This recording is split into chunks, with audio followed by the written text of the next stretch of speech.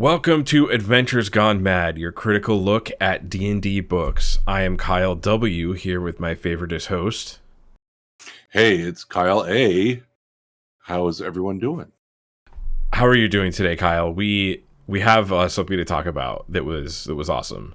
So Kyle and I both discovered recently that there is a new game store in town that we didn't know about. And we live in Portland, Oregon, so there's a lot of game stores here. There's quite a bit.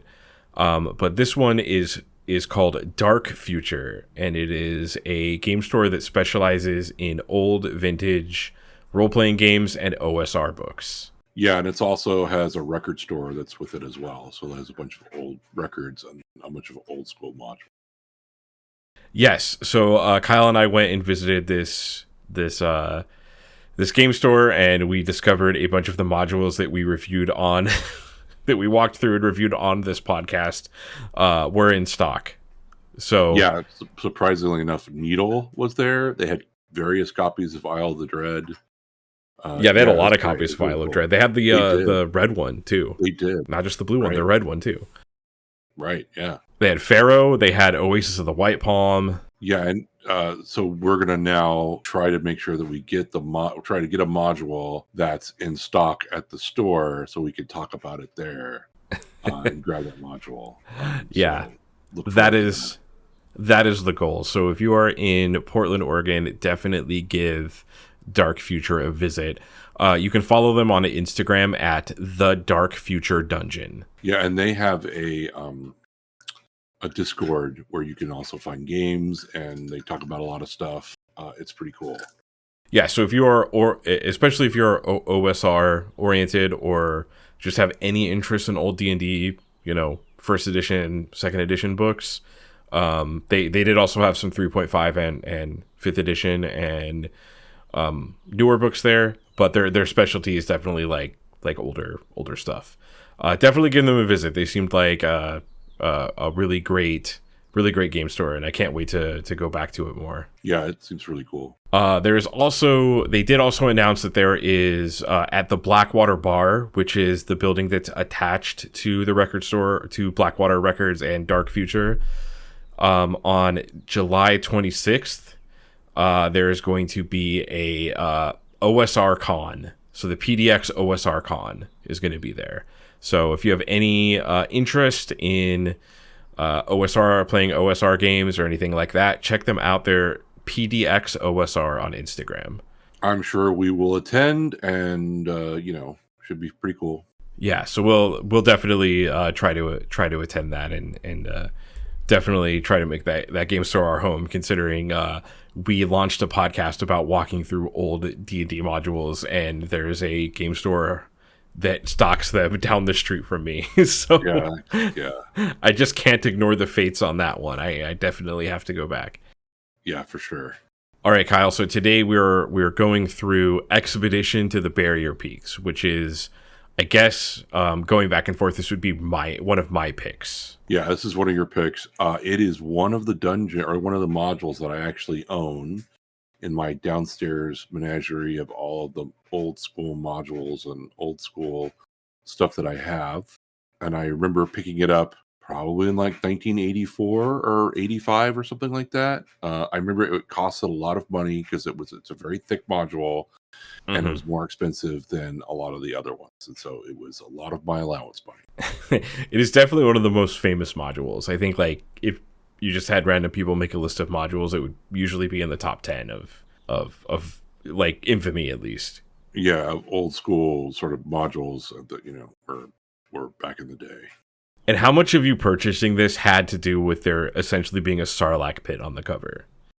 Oh yeah, well, okay, so what happened? What happened was, I had a friend that I played D&D with, Rob, and Rob had more money than I did. I think he had like a paper route, because paper routes were a thing back then. Like, people had paper routes, and so they made money by delivering newspapers. So he always had money. So he bought a bunch of these modules, and he had this one, and he showed it to me. Especially, we'll get into it, but there's a lot of pictures and stuff in here, and I was really jazzed about it, and I always wanted to own it for myself and not just sort of look at his copy. So yeah, I went and like when I bought it, I was like super excited because I knew with all the art in it was really, really cool.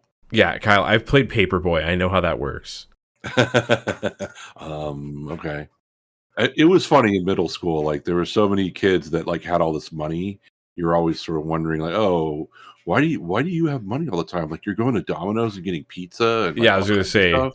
middle school money's like I could buy candy whenever I want. Yeah, they had paper routes. They were all delivering papers. Yeah, they didn't use the strategy I used where it was my mom would give me like $20 to eat at the mall and I wouldn't eat and I would just buy magic cards with all of it. That was my strategy for money. Yeah, I got during this time, I would get $2 a week. And then I remember bumping it up, getting bumped up to like $5 a week, and me going like, "Oh my gosh, I've got so much more money now," and still not being able to get all the things I wanted with $5. I think even in early '80s, it was like they were giving me $1 as my allowance, and then it became two, and then I think somewhere it became five, up until high school. But by then, I also had like extra jobs, so I was able to get money. I know that like, inflation and stuff, but the idea of a high schooler getting like $5 a week on allowance or whatever is really funny to me. Yeah, it's pretty hilarious. But Here's a gallon of gas. yeah, you could go somewhere and $5 bought enough food at McDonald's for like three people. So Yeah, now that's a Big Mac. yeah, that's like one sandwich. So what is your history with this? Did you actually play Expedition of the Barrier Peaks or anything, or just look at the art? I just looked at the art. We talked about it. I looked at the module. I looked at the art. They showed us art. Some of the pieces that were in it, like the Froggermoth and stuff like that. But I never actually played it. I do know there were a couple times where when I was playing either in Humboldt or with other people, they would say, "Oh yeah, my character has gone through the Barrier Peaks and it has like power armor or something like that." It would be like, absolutely not. You are not coming. Like you cannot bring that character. That is stupid. And we all knew from either other people reading the module. I don't think I really read it until now, but I understood that like the whole piece of that technology is that you don't have a lot of cells of it. Like you can't use it over and over and over again. So it's not really keepable, and that's by design. So when they said like, "Oh yeah, I have power armor that works all the time," it's like, no, you don't. Yeah. That's not a thing. No. They looked through the book and they were like, "That's great. I'm going to put it on my character sheet." Yeah, I have power armor now. So my experience with this is I knew, like, obviously I knew about it because it's a pretty famous module. The only thing that I really knew, I knew the whole, like, it's a crashed spaceship and that's what you're exploring. And I knew about the Vegapygmies. Like, there's a bunch of stuff in this that shows up in Tomb of Annihilation for 5th edition. Some of the plants, like the Assassin Vine, and the Vegapygmy show up, and what else? I think that's it. The Assassin Vines and Vegapygmies. Yeah, I'm pretty sure the Froggermoth. Oh, right, the Froggermoth is in that too. I think this is the introduction of it. It's in Fiend Folio, I believe, but I believe that it was created specifically for this module. Like it's a creature that wasn't there before us, and also the Vegapygmies and all the vines and all that stuff. Yeah, and I think the idea was that, I mean, obviously it's like a different setting, but I think the idea is that like this is how they were introduced to the D&D world, and they became like essentially a native creature in Cholt, or maybe it was brought from Cholt. I don't know, but yeah, there's a ton of Expedition to the Barrier Peak stuff in Tomb of Annihilation randomly. The reason that I picked this is I just kind of wanted to see. I know there's a Goodman Games Dungeons Reincarnated version of it, so I'm basically automatically interested in any of the Dungeons Reincarnated modules. But I guess I wanted to read this because I knew about the crazy art, and I just wanted to see what this was like. So that's why I picked this one. I was really happy when you picked it, just because like I skimmed through it obviously many times when I was young, and I didn't read it. And then as time goes on, like I had no reason to read it, but now I have a reason to actually go through the whole thing, and I'm glad I did. And it's really, it is a classic module. It is very Gygaxian. Yes, we'll definitely talk about that later. I was disappointed. I'm going to spoil this for you. There's no dead horse in this module, so that Gygax trope doesn't show up. But well, if you're an enterprising DM and you show up to the spacecraft on horseback, it could be that once you're in there exploring the spacecraft, horses have to die. So yeah, maybe the UFO landed on a horse when it crashed. I'm sure some horses died in the making of this module in some way or shape or form. All right, so just kind of getting into it. So the publication date on this module is a little weird. The version that we are reading and that most people are familiar with is the 1980 version. But this module was first created in 1976 to be run as a tournament module for Origins 2. It was written by Gary Gygax, who had assistance from Rob Kuntz, who assisted with it says at the front of the book, populating the rooms in the dungeon. And it's kind of linked to Metamorphosis Alpha a little bit because those were being developed at similar times. And what is Metamorphosis Alpha, Kyle? Metamorphosis Alpha is an old school sci-fi RPG that I don't know that much about, actually. Yeah, I don't know that much about it either. I just know that it was sort of like this and then a sci-fi role-playing game that they were trying to do at the same time. And obviously this was I do believe one of the things we'll get into later, the technology charts for like using the tech. There's like a little mini game in the back of the book for rolling dice to see if you can use alien technology. I think that is from Metamorphosis Alpha. Yeah, and apparently it also was using Gamma World. Yes, so these are all like linked a little bit. So if you want to know like a really in-depth history of this, I would recommend looking at the DM's Guild page for Expedition to the Barrier Peaks, because Shannon Appelklein, who is like a D&D gaming historian, wrote like a really good history on the background of this module that kind of goes through the entire thing. And one of the things that I thought was really interesting about that is he does talk about there's some original copies of the like tournament version of this that was ran, and one of them in a copy of it in 2010 sold for $1,400. Yeah, isn't that crazy? Yeah. So an interesting thing about like the history of this game is that a lot of people tend to keep all their gaming stuff. So anytime you're reading, something that's like an interview with an old TSR person, they always have like all of their stuff. So getting into this, the version we read came out in 1980. We've done some other 1980s stuff. So the most popular movie was The Empire Strikes Back. Most popular album was The Wall by Pink Floyd. And the most popular video game was Pac-Man.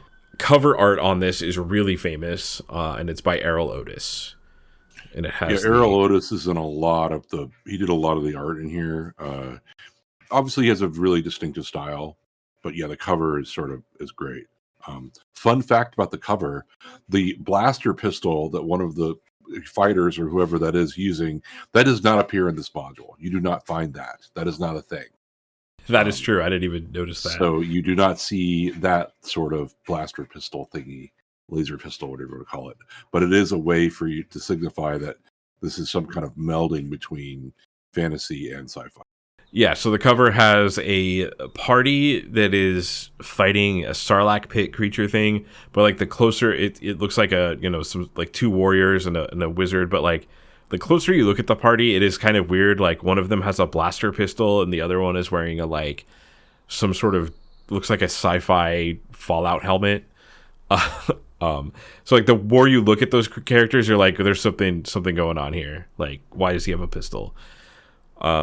But yeah, that pistol is not in this module, and that person later succumbs to some violent grass, which we'll end up talking about that particular character in the art. Yeah, you can tell by the helmet.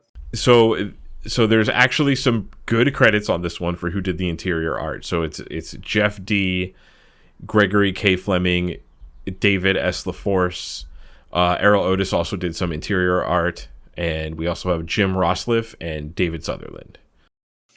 Yeah, so all of the before they fired all of them, it's all of the original artists that were around. It's just to sort of set the scene. It's a module from levels 8 to 12.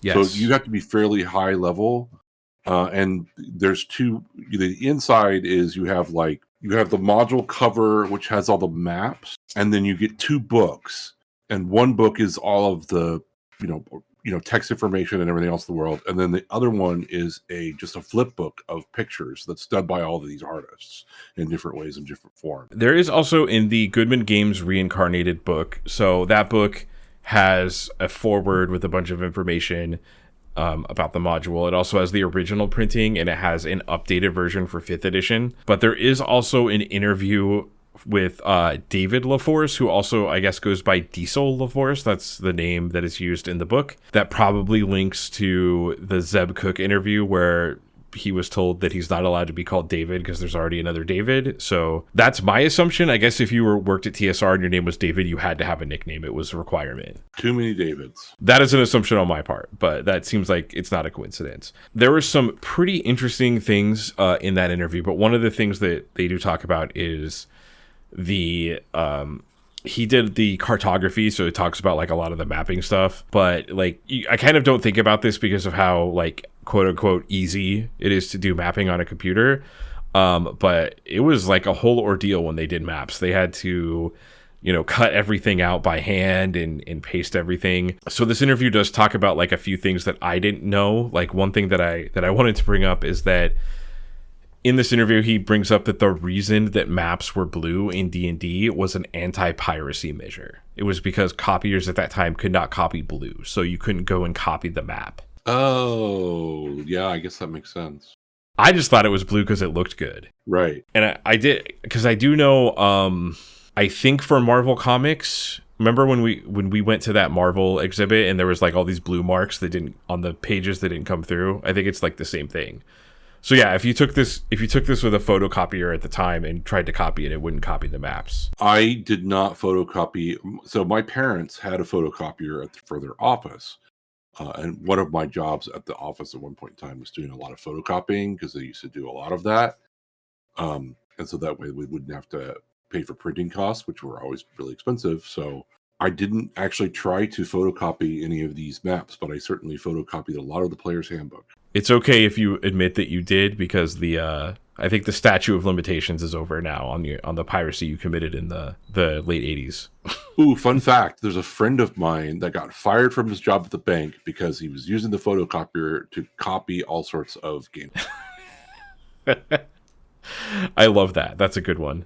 Oh, another thing in that interview that he does talk about is the way that like the interior art was designed. It wasn't really like, looking at this, I was thinking it'd be like, okay, Errol Otis, you were good at drawing this, so you're going to do this, and whatever. Like they handed it up. It was kind of just randomly, and the artist would kind of, if they were struggling with something, they would just like kind of trade back and forth. They would be like, hey, I'm going to draw this thing. Can you draw this thing? And they would just kind of like figure out who drew what internally. Oh, that's cool. The other credit in here is Lawrence Schick, who shows up in a lot of the modules that we read. He is credited as able assistance, and I have no idea what that means. I looked it up. I can't find out what it means to be able assistance on a module. I'm guessing he's some sort of editor or something. Yeah, I guess you just go and help people with whatever they have, because I mean they are doing a lot of typesetting and stuff like that, so maybe it's not just like editing things. You're also getting glue at the store because you have to glue some stuff down. I'm not sure. And Lawrence Schick was a designer, so I'm sure that maybe he was like consulting on this. I don't know, but he is credited. There is a couple versions of this, so I just talked about the Goodman Games version. There is also a rework of it in the 5th edition book, Quests from the Infinite Staircase. I read through that one. It is slightly different. So if you are familiar with that version of the adventure, if you've played through it and you listen to us talk about it, you will not hear us mention Alpha Lion, which is the sentient AI that runs the ship in the 5th edition version.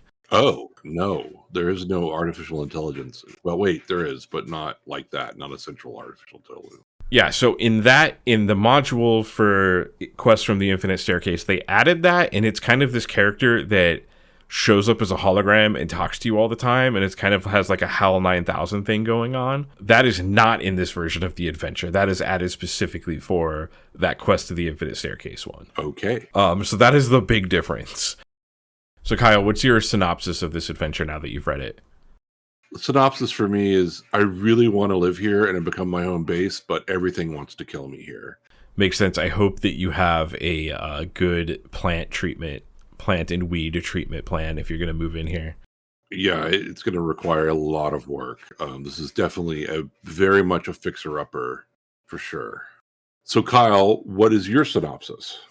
Mine is, despite the spaceship going through a black hole and being from an alien planet, the most dangerous thing is slime and plants. And I hope you like skeletons. Yeah, there's a lot of skeletons. So yeah, Kyle was mentioning earlier, this is a level 8 to 12 dungeon. So this is a fairly high level.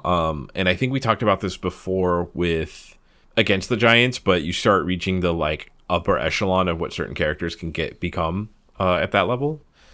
So at least your characters that are running through this are going to be, they're going to have a lot of magical access to like pretty powerful magical spells already. Yeah.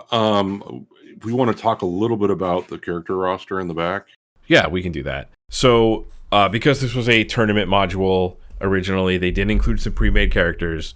So I have to admit, when I saw the name Gary Gygax on the cover, I got super excited to look at the pre-made characters to see what crazy names that they had. And unfortunately, in this module, they don't have names. So that was a disappointment. Yeah. I also am I don't really know what to think of the levels on the characters, because it's a model from 8 to 12, but only maybe half the characters are that level. There's like 3 5th level characters, 2 6th level characters, 2 7 out of 15. Right. And then there's 2 7th level characters. So it's sort of like, why? I don't want to play any of those in this module. I want to play the high level characters.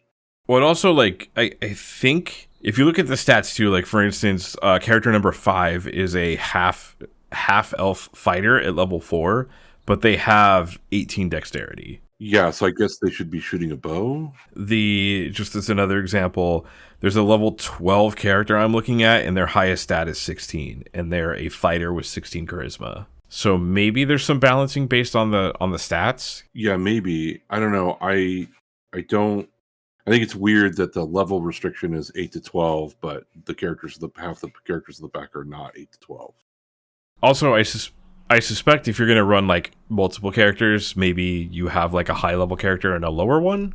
Yeah, that would make sense. Because the level 4 fighter only has a sword of dancing as his magical weapon, which is like, no, you don't want to use. You want to use a bow, dude. Like, don't use a sword of dancing. Yeah, and there's two magic users. So it's, let's see, 1, 2. So there's 6 fighters, 2 magic users, 1 fighter magic user, 2 clerics, a druid, and 3 thieves. And there's 2 of the thieves are chaotic evil, which is super fun.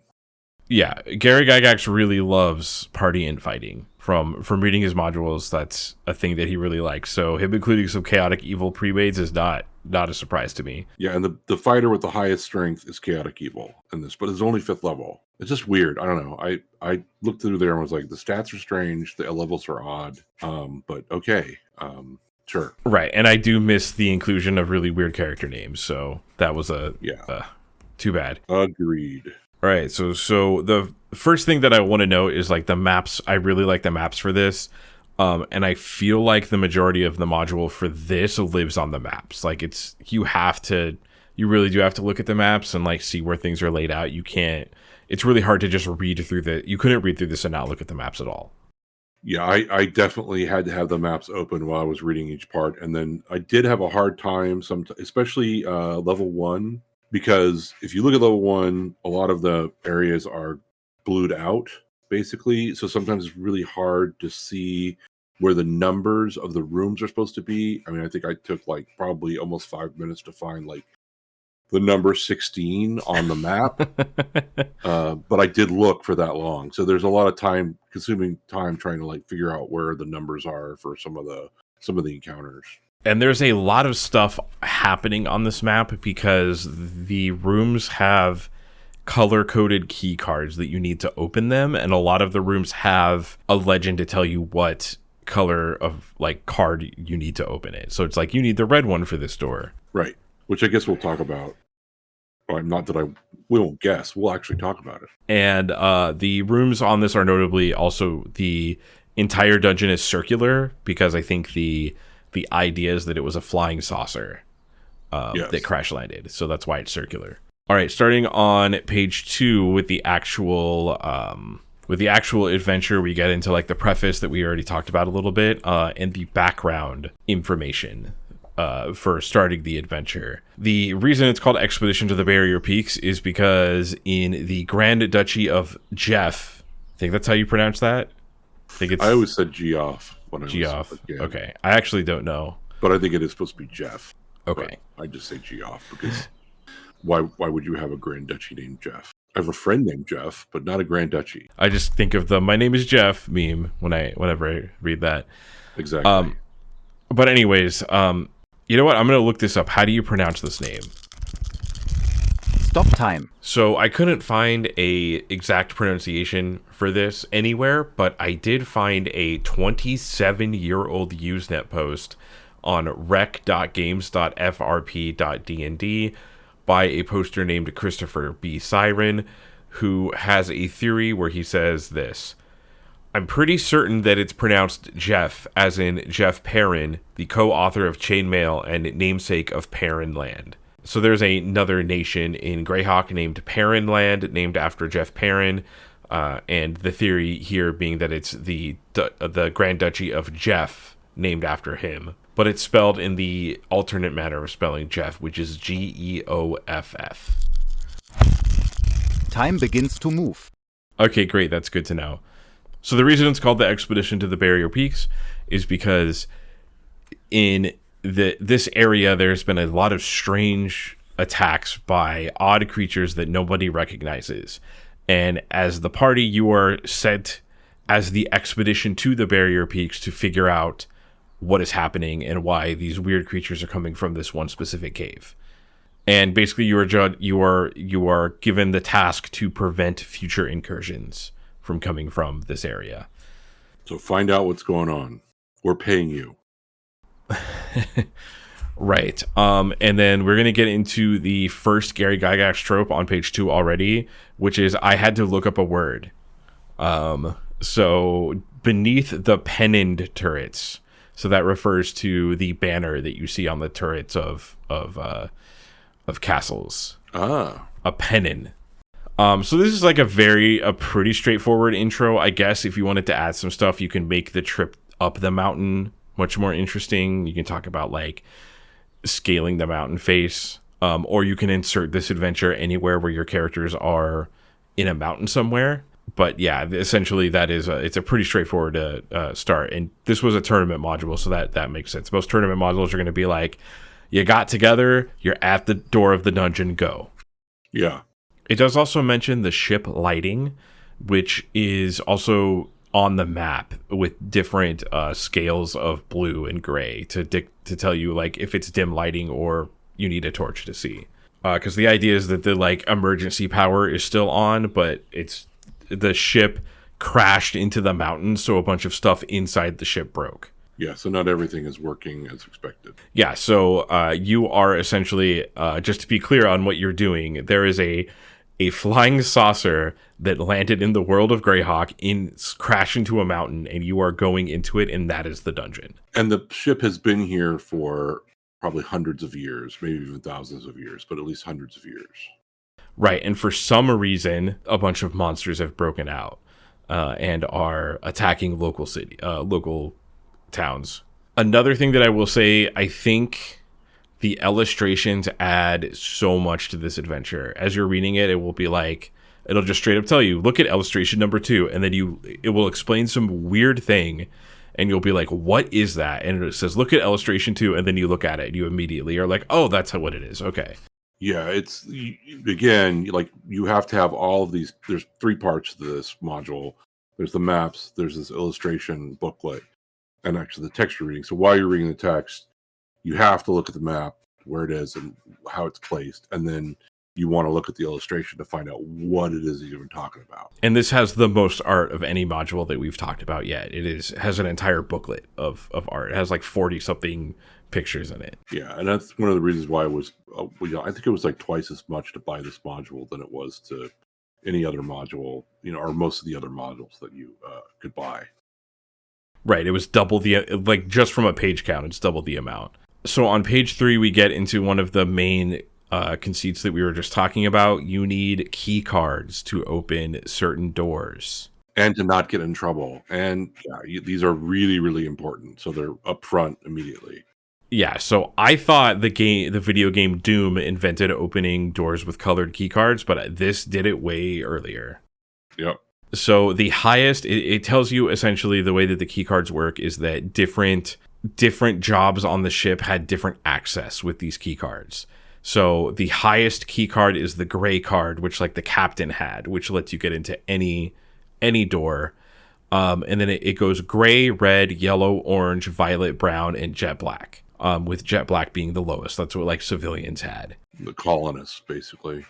And the idea is that any card that is above the other ones, you can open the door. So if you run into a jet black door, the gray card can open it because gray is higher than jet black. So you're going to be kind of limited on where you can go based on what cards that you find, because there's no way other than, I'm sure you could use magic to go through doors somehow, but there's no way to open those doors otherwise. Yeah, and if you look at each one of the, especially that first level, it tells you what doors are labeled with what card and what you can enter. So what you can enter and what you can't, depending on what card you have.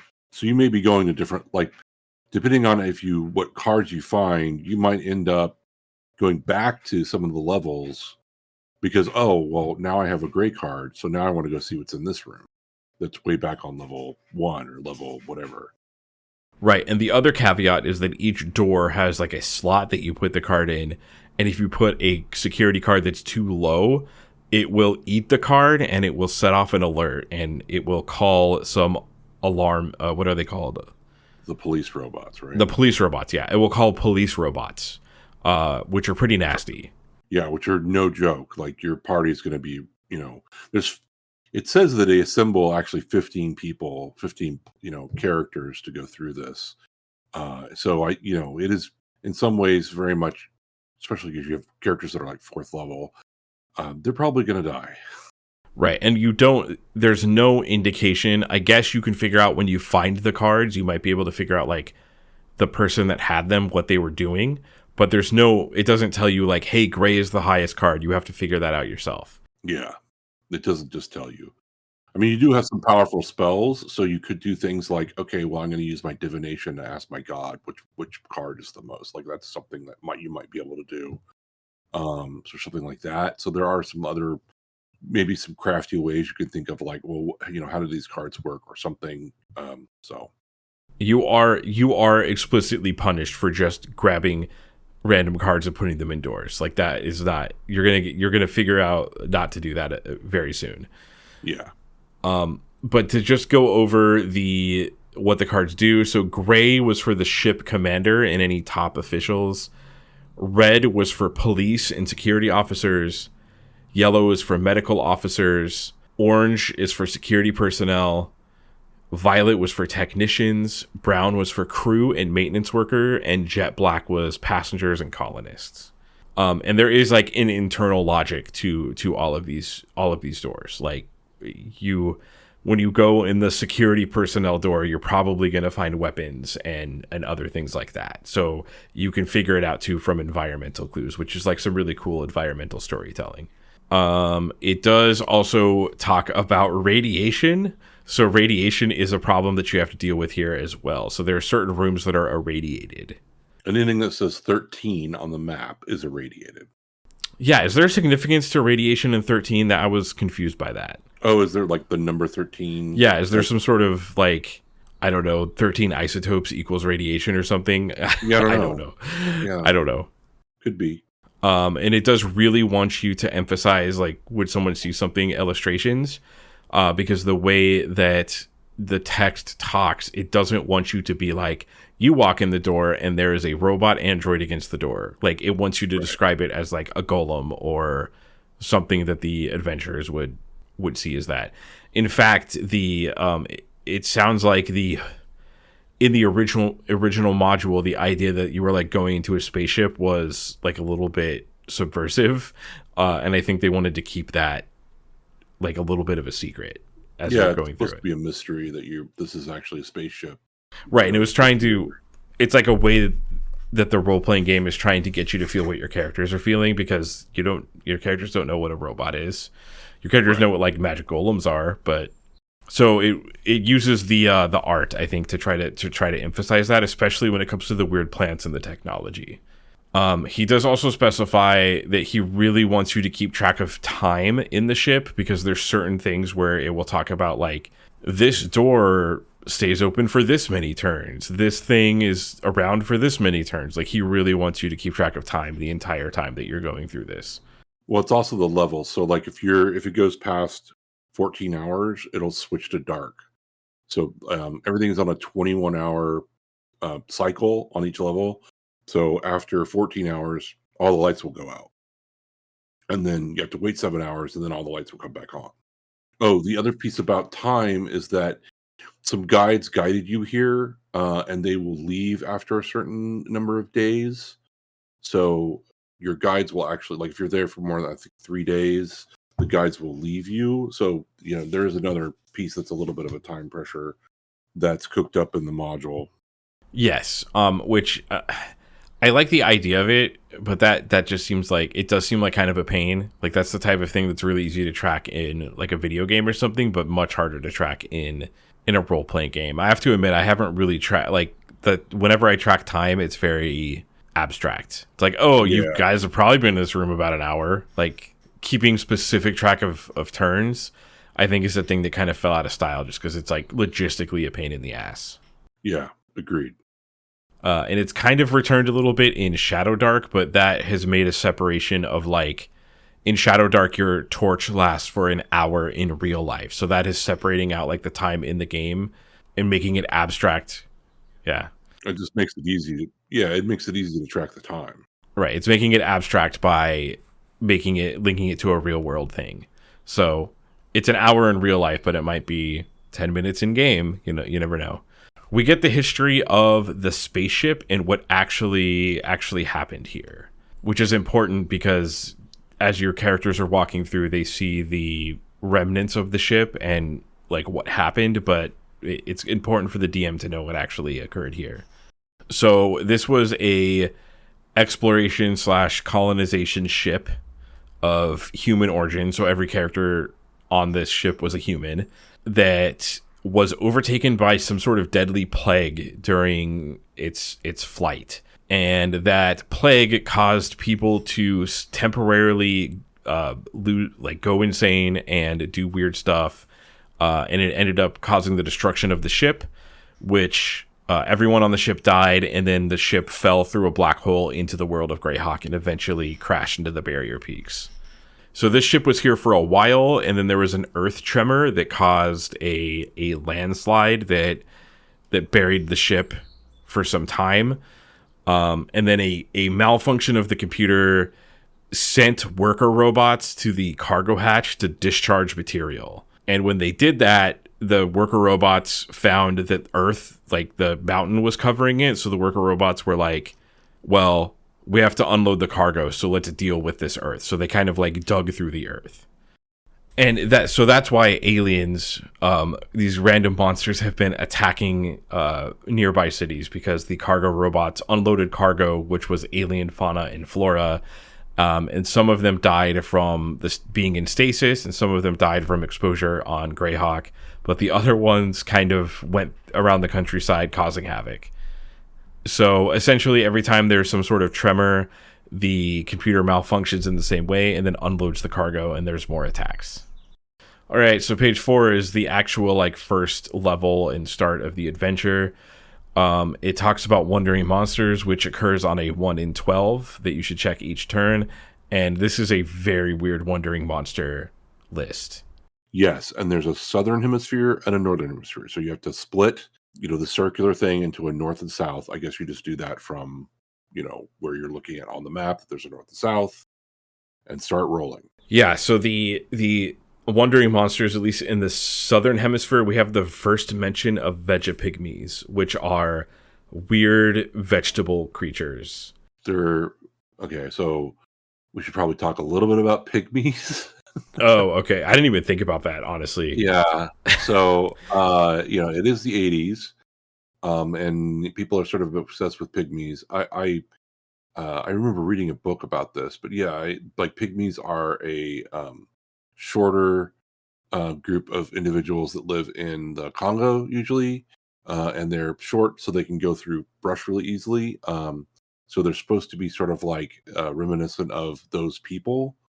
Um, so that's the reason why they're called vegapygmies, other than they're like mutated vegetable people, is essentially what they are. I don't know if we really even use the term pygmies anymore. I didn't look this up. I was under the impression pygmies were like an anthropological thing. I didn't know there was actually... Yeah. So the history of this word is probably more complex than... Oh, yeah. No, it looks like there are African pygmies. Okay. Yes, in the Congo. There's a really famous book that I read in anthropology class about a white dude who went to live with the pygmies and learn their ways and learn all sorts of stuff. And it's a very good book. I don't remember the name of it. Yeah, and you will sometimes hear the word pygmy just used for like short, like for animals. Yeah. So that's just I just associated the word with like small. Yeah, and I I didn't even think about that. It's short. It's a short, short people kind of thing, but it's also sort of like could be a slur. It could be racially charged. Yeah, so, yeah. There's a little. I mean, definitely it has. Yeah, I didn't even think about that. I just, because I was so used to talking about them from Tomb of Annihilation, which they still use the word vegapygmy in that. I didn't even think about that. So yeah, they are small vegetable people that are inhabiting the early levels of this ship, and it has the first encounter you can get into in the random encounter table is 9 to 16 vegapygmies and 2 to 5 dog creatures. It has illustration 4, which is my favorite illustration that maybe we have had thus far. It is some sort of like elevator or room that just has these weird vegetable creatures and a dog with a weird, like a just odd face. It's like they have an artichoke top knot. It's very interesting. Yes. The way that they've depicted the vegapygmies is, I love them in this book.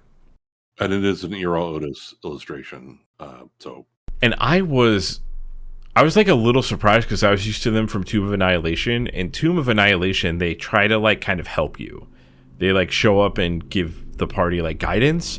And in this, they don't do that. They are basically just trying to survive. They're not like, I wouldn't call them, I don't think they're explicitly evil or anything. They're just trying to like survive on the ship. You can also run into some police robots, displacer beast, worker robots, a lurker, and a lurker above. The vegapygmies alignment is neutral. Okay, that makes sense because they're just like animals essentially. Like they're just trying to survive. Now, as far as the police robot, we should probably talk about the police robot. Yeah, police robot is serious. Yeah, so the police robots will show up occasionally. There's certain parts of the ship where you will cause an alarm, and then a police robot will show up and attack you. So first of all, the robots can be placated if you show them a card of a certain level. They will basically scan it and leave you alone. But you have to, it's explicitly says that you have to show them, so I don't think it will just detect that you have it on there. Yeah, it's sort of, I mean, if you think about it, like they show up, and in a normal circumstance of the colonists, they would just show their card to the robot, and the robot would go like, okay, yeah, you're okay, or no, you don't have clearance for this, so I'm gonna take you in. And it does talk about the police robots. They have a bunch of stuff. So they have 2 subdual tentacles that are 1800 strength, so they're very strong. They have 2 normal arms, which can strike for I think that's 2d12, 3. Oh wait, no, that would be 3d4 damage. They have a built-in laser pistol In their head. Yeah, in their head. They also have 6 grenades, which are sleep grenades, poison gas, explosion, and incendiary. They have a tractor beam in which they can like pull things in, like the telekinesis spell. They have a beam, they calls it a pressor beam, which can push objects away. So it's like the opposite of the telekinesis spell. And a chest paralysis pistol, so they can also paralyze you. Yes, and they have 200% normal audio and visual sensors. So they are like twice as good at hearing sounds.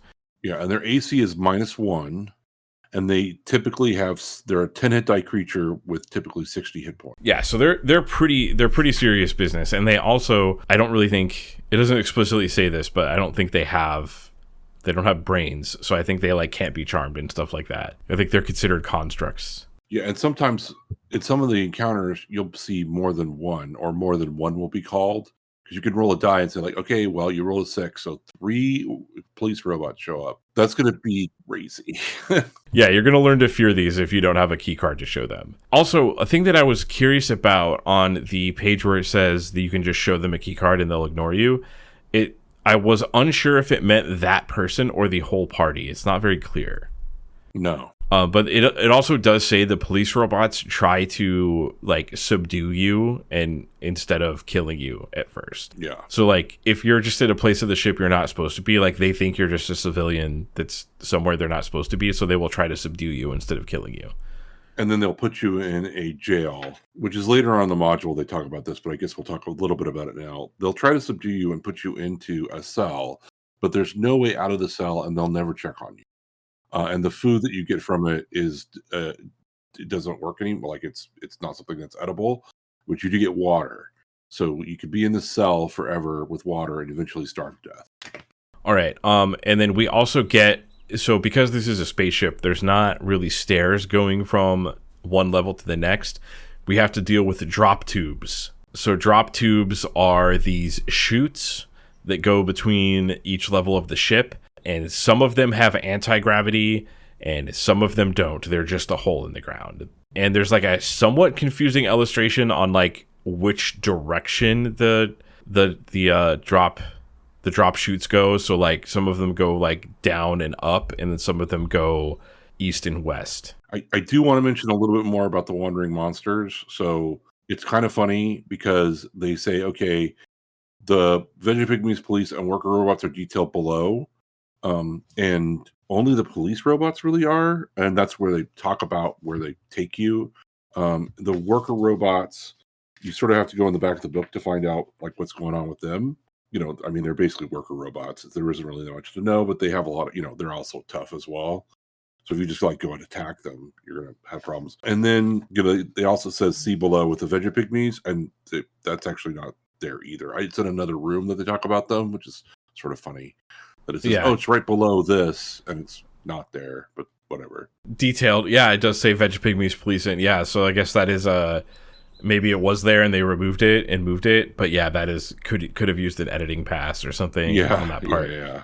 And there's also Displacer Beasts and Lurker above. And in the Northern Hemisphere, there's Shadows and Will-O-Wisps. Yeah, so the idea being, I don't think the Shadows or the Will-O-Wisp like were on the ship. I think that they came onto the ship from Greyhawk. That's my guess. I don't think it explicitly tells you that. Yeah, none of that is explicitly told, like how any of those things got onto the ship. But the door, they do mention the door, the hatch door that you enter from is open for 6 turns. So for 1 hour out of every 20, because we're on a 21-hour cycle.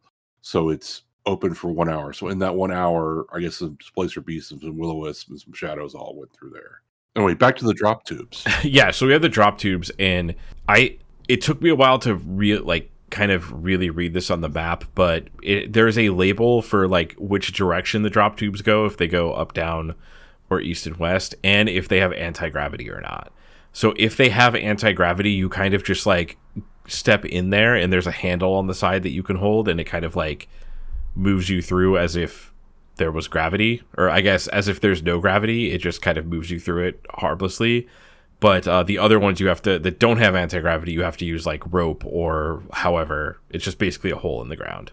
One thing that keeps showing up, so there's a variety of dining rooms here, and we get our first mention of a number of skeletons and bones strewn about. They have nothing of value. So this entire ship has the skeletons of the crew on it, just everywhere. There's so much bones and skeletons described in these passages. Yeah, pretty much. Like, if you look at the map, there's a zillion rooms on here. I mean, I'm not going to count them up, but there's a lot. And, you know, you could probably essentially say almost in every single one of those rooms, like let's say there's 50, there's going to be a bunch of skeletons. And there's quite a bit of empty rooms too, which in the 5th edition module, the one that's in Quest for the Infinite Staircase, they explicitly say like we removed a bunch of these empty rooms because like that's in like modern dungeon design, people don't like to put empty rooms and things, which I kind of agree with. I mean I like the fact that there's empty rooms. First of all, when we say empty room, it just means that there's nothing of value to the characters in it, but the rooms might be filled with like skeletons and debris and things like that. And I think that is perceived of just like taking extra game time away. But I do think like empty rooms can be useful, but there's a lot of them here. Yeah. So I just want to, there are some kitchens here, and I just want to talk about like the way that he describes things. He describes them like as if you were talking to instead of having box text like some other adventures have, he describes it as if you're talking to an adventurer that doesn't know what it is, and then in parentheticals he tells you what it actually is. So here's an example in the kitchen. So there's a bunch of boxes. It says each box has a dark colored glass door in front of it, and arranged beside these are a number of square metal plates, selector buttons, in parentheses. On top of each box is a short black cylinder, the temperature control knob. And inside each box are a number of shells spaced close together. Along other walls are a fine metal mesh, the microphone. So he kind of like explains it as if you were talking to someone that doesn't know what it is, and then it tells the GM what it is. Which, in parentheses, which there's no separation between box text, and he could have like, now they would have done that in box text and then told the DM what it was, which I think is like a little easier. I know there's definitely box text haters out there. But I just think like as far as the editing goes, I think it would, even if you don't use the box text, like separating it out is going to make things a little easier to read. So there are game rooms here, which have like mechanical and electronic games. One of them it does describe is there are some gun games here that are kind of like the blaster pistols that you will find later. And if the characters mess around with these games, they later get a bonus roll to try to figure out how to use that technology. And just the overarching theme of this level is that this is where the officials, the officers, and the technicians all live. So those are the people that are basically sort of maintaining the ship, control the ship. You know, they had... that's where they lived. It's not a bridge, it's where they lived, if that makes sense. And that kind of like leads to the environmental design, because it's not like basically he designed it like, okay, this is a place where people lived, like that's what this dungeon is, and that's why you're seeing skeletons everywhere, because you're seeing like the environment after everyone has died. Yeah, which I think is really cool. There's some like really cool evocative environmental storytelling here. I think a lot of it is like kind of hidden from the players in a way that I'm not sure is like would definitely be different if it was published now. But I do like the environment here for sure. It's really interesting. So that's why you're running into like kitchens and game rooms and dining rooms and stuff, because this is where people used to live, and now it's your dungeon. And it does describe, there's some lounges here, which is described as very posh and comfortable, but now they are wrecked and messy. And it's your first chance that you might find a key card, or at least it's the first where they mention it. It's the first time that they mention it. So each of these lounges that you check, you roll a d6 for one turn, and you can find one, on a roll of 1, notes about the escaped intellect devourer that's in level 2. So you can find kind of a warning about that. You can find 1 to 3 ampules of serum, which cure any disease if injected. Very nice. You're going to need that. Like, hopefully you get some of those. There is some jewelry worth 300 to 1,800 gold.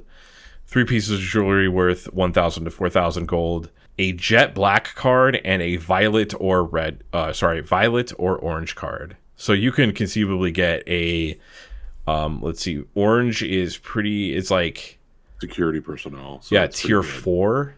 So that's like decently high. So you can get one pretty quick. Yeah, and if you get the jet black card, that's the least gives you the least access, but it's at least a card. Also, the designer, he also wants you to, he doesn't want you to say, you find an orange key card. He wants you to be like, you find, a strip of orange colored weird plastic or whatever. He doesn't want you to tell them explicitly what it is. It looks sort of like glass, and it's, red or green or whatever. Well, not green, but jet black. Yeah, so you just get some more, like, I guess, set dressing. There's, like, recreational rooms in here where the people that lived here played different games and activities, and there's also some medical areas. So medical area 1 is a very interesting encounter. There's a female android nurse, and she will automatically heal any wounded human who enters using a healing spray, which will repair 2 to 24 damage. And she's drawn, looks like by, I think, DSL, and she looks very pretty. So when you show this to a bunch of 10-year-old or 12-year-old boys, they're all going to be like, ooh, she's hot. Stupid sexy female android nurse. Yeah. And it also explicitly calls out humans because this entire ship was human. So it's not gonna, if you're an elf or a dwarf, it's not gonna heal you. Now, if you go into Medbay 2, that's different because there's a male android nurse who is broken and will attempt to do surgery on you. Yeah, he's a surgeon, and just like all surgeons, his solution is to cut you open. Yeah, so there's some pretty... So the android has 18 strength. He will attempt to grapple, anesthetize, and operate upon whoever is grabbed first. So it will overpower you, it will anesthetize you, and it will begin operating on a single round. And then the second round, it will kill whoever it grabs. So you go from one room where it's like, oh, you're hurt, let me heal you, to another room where it's like, grapple, anesthetize, death. Yeah. The idea is he's learning surgery. It also just says anesthetize them. There's no like save or anything. I think it just happens.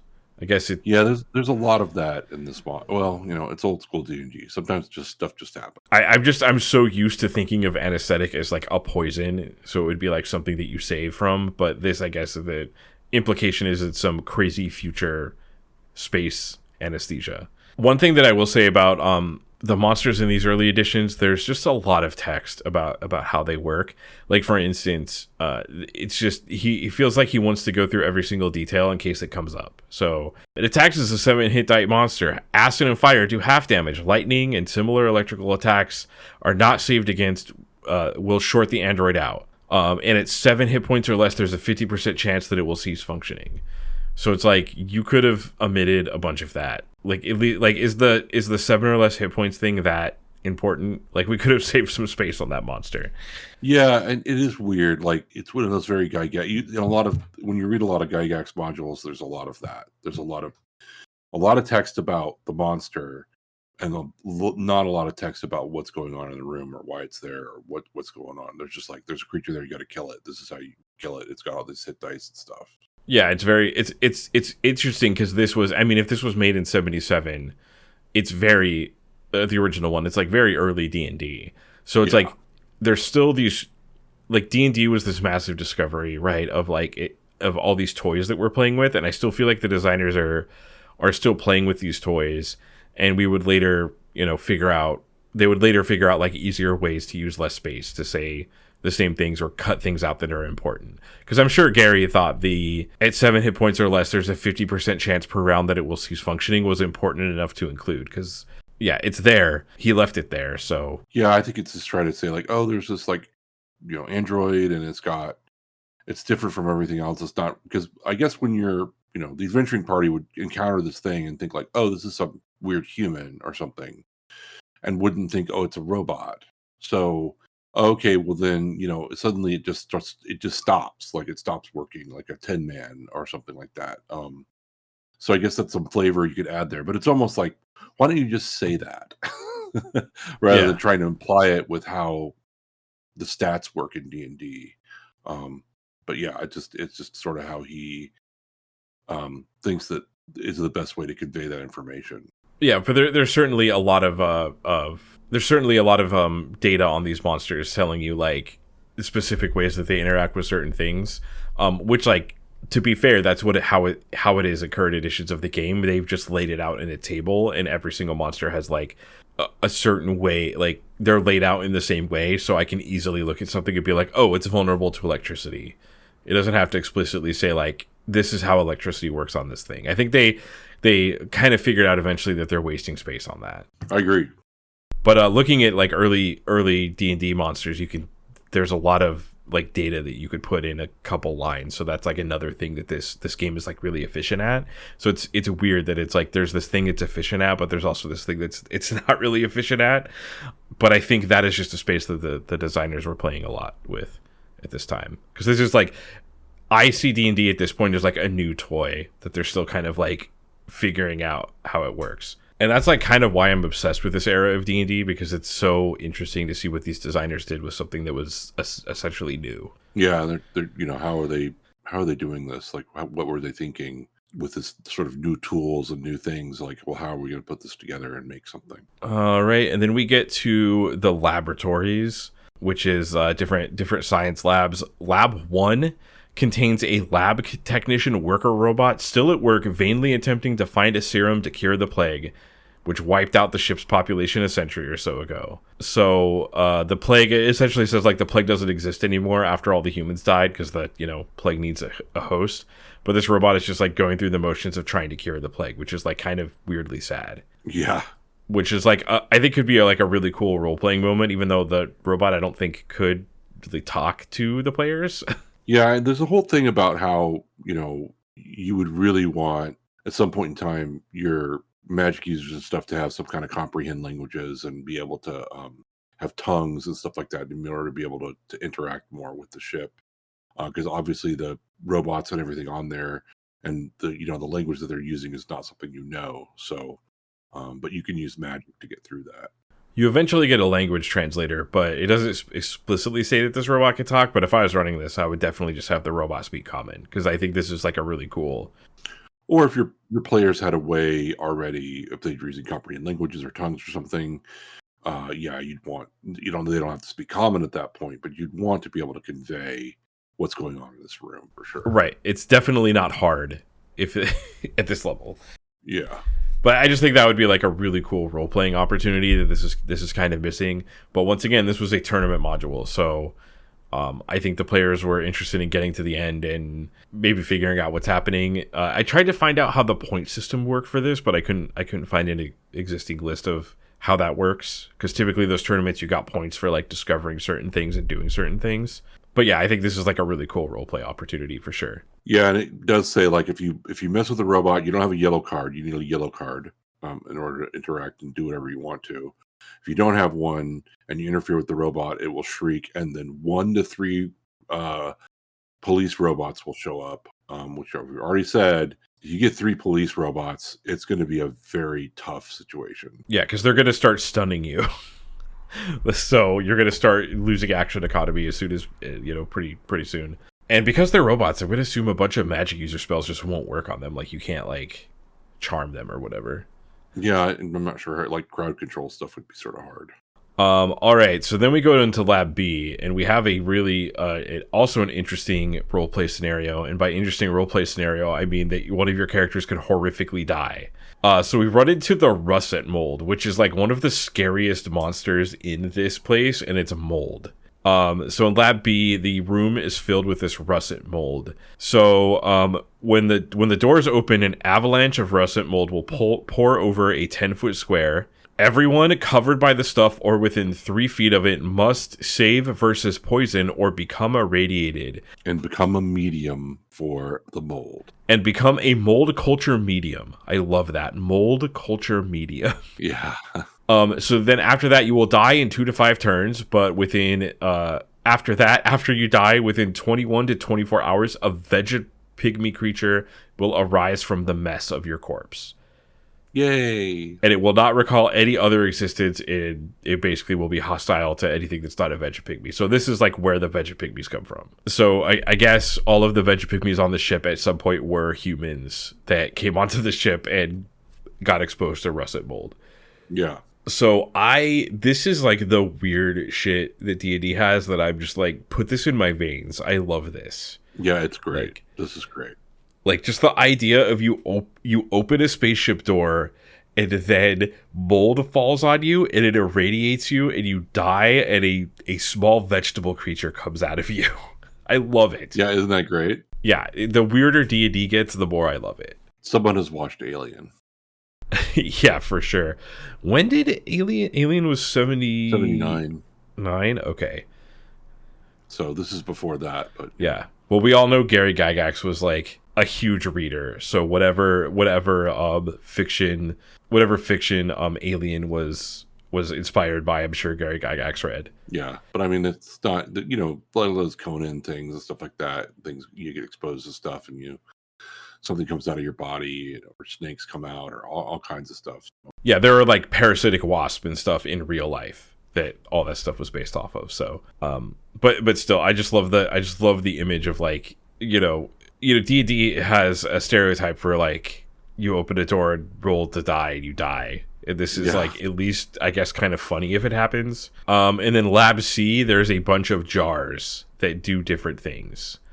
I guess if you want to experiment with things in jars, which is I guess is like pretty flavorful. I do like.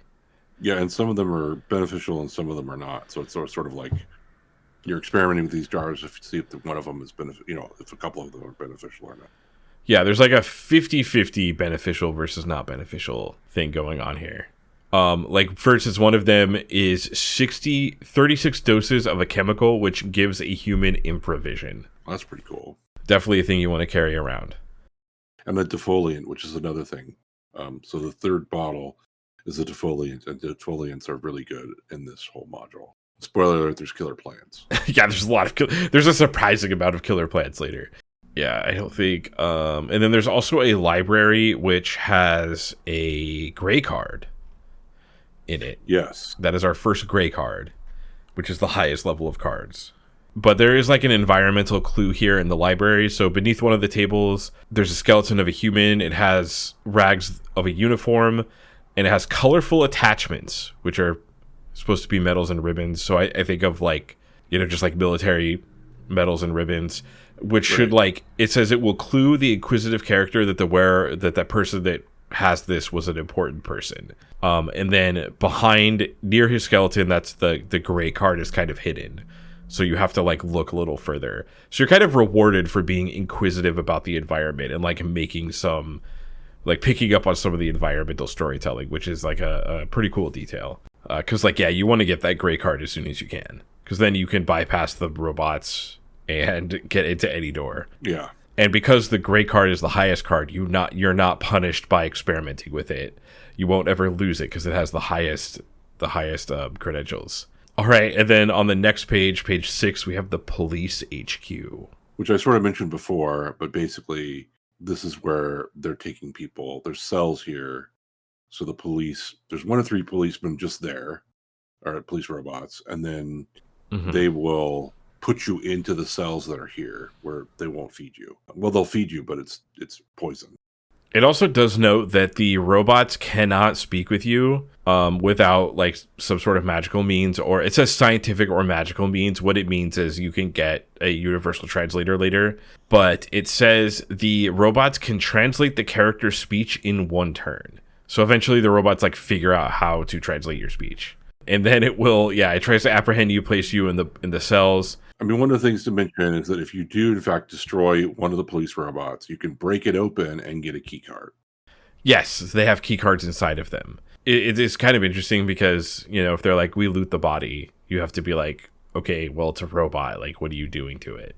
And then that's like another way to trick you into like exploring the environment and interacting with the environment. Like, I don't think the designer sat down and was like, I'm going to trick people into doing this, but maybe that was like in the back of his head was he wants you to interact with the environment and make conclusions based on the environment. And that's another way of doing that is by hiding a key card inside of the robot. Okay. And then we get the first mention of needler pistols. So this is our first like technological weapon that we run into. So just to get a little bit into the weird ass weapons in this. So in the back of the book, there's a bunch of illustrations of these weapons and none of them are normal. They're all super bizarre. And even in the interview that I mentioned earlier that you talk about, like they purposely tried to make all the guns as bizarre as possible. So you couldn't just look at it and be like, that's a gun. Yeah, or that it's useful or whatever it is. And you're supposed to, when they see it, you give it to the players and say like, hey, we see this thing. And they're like, hey, that's a gun. And so they hold it and they hold it wrong and then blow themselves up. But there's, what you're supposed to do is go through this chart to see like how you would interact, if they figure out how it works and stuff. Yes, so there's a flowchart in the back, and essentially it is based off your character's intelligence. So you roll a d10, and if you have a higher intelligence, you'll add to that d10. If you have a lower, you'll subtract. I don't remember if low is good and high is bad. It's one or the other.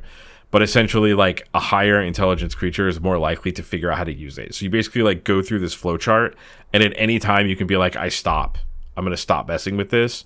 And the flowchart is either, like, the thing works or it harms the user. So you could actually hurt yourself by messing with these weapons very easily. Or blow it up. You could blow it. You'd break you have a needler pistol, you're trying to figure out how it works, you could break it. But yeah, the needler pistol is essentially, it just shoots. It's exactly like it sounds. It shoots out a ballistic needle out of the front of it. I wish that there was like a good way to describe these weapons because they're all completely bizarre. Yeah, if you have a chance and you're really interested, definitely Google, this module and look up the illustrations, especially the illustrations in the illustration book that show the weapons. In the actual like text module part at the back of the book, they show how the weapons would be used, to how someone would actually use the weapons. Like, they're supposed to be someone puts their arm through it or puts it on their shoulder or whatever it is.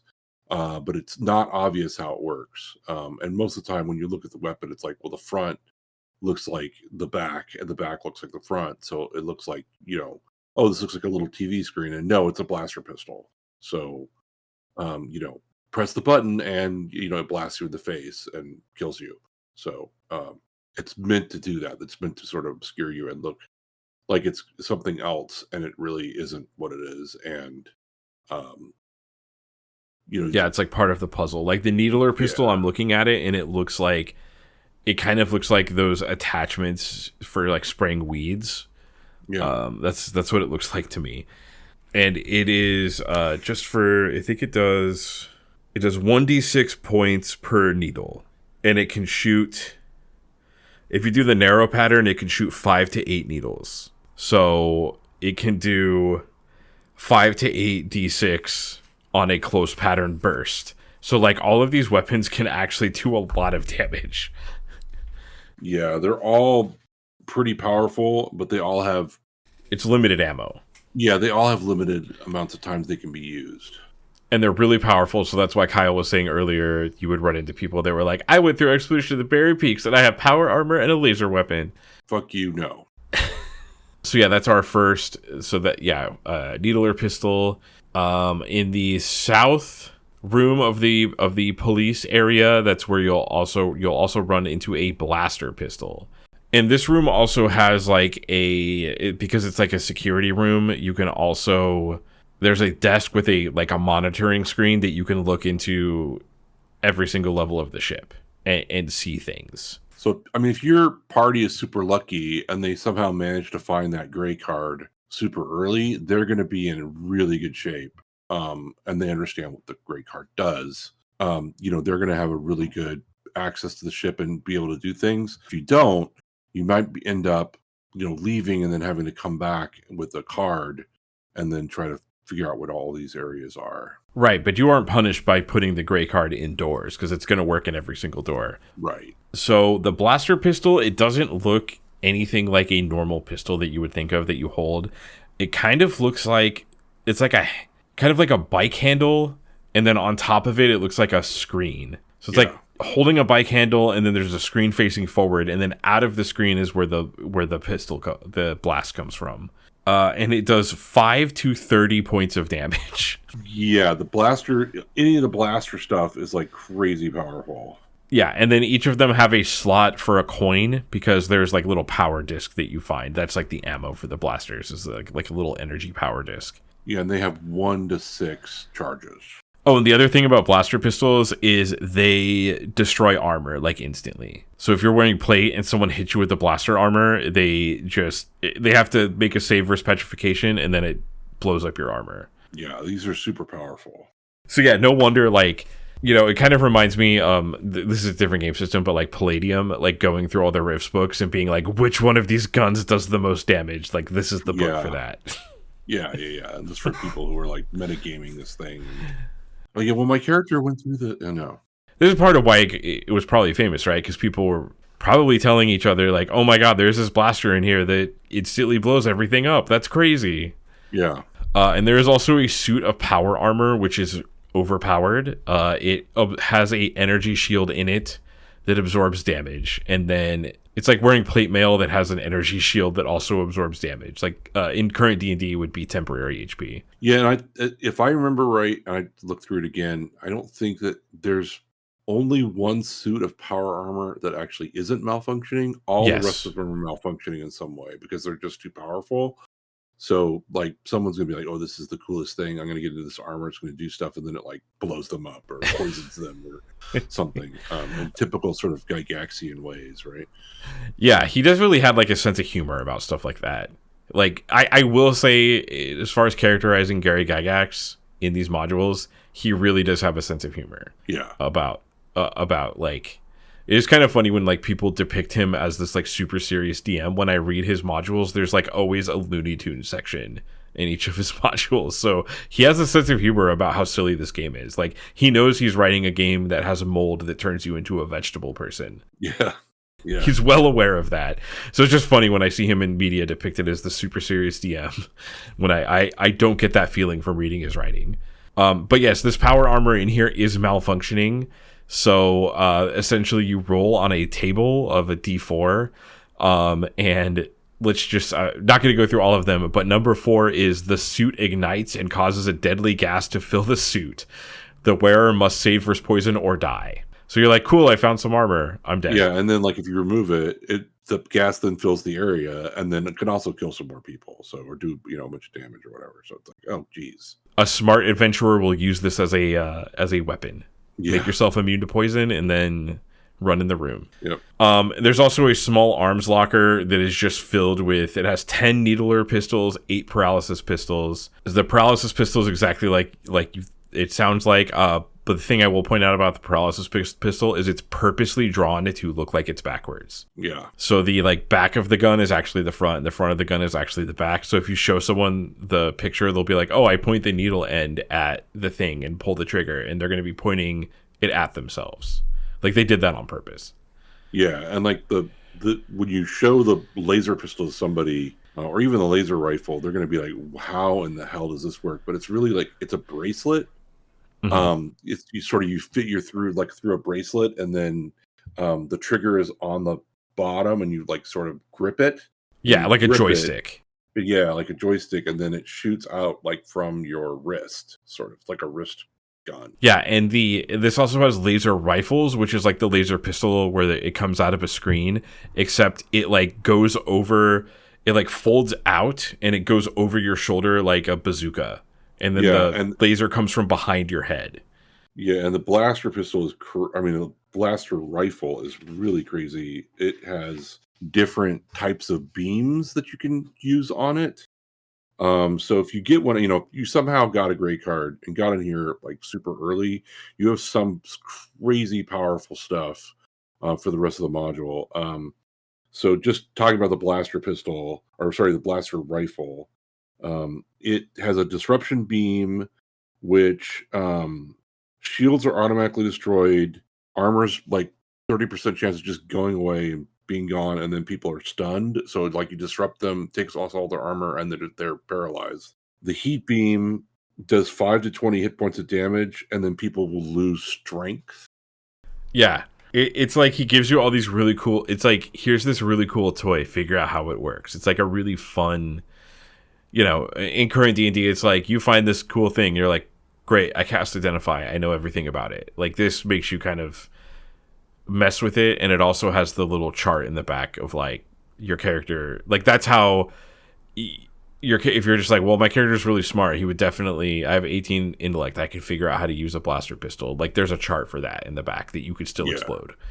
And it, I think for the blaster rifle, it's fairly hard to figure out how to actually use it because even there's a whole huge text box about how to use it. You got to press this button and then press this button, and do this thing and do this other thing, and stand on your head, and it's like there's a lot of stuff with it. So I think it's one of the harder ones to figure out from the chart.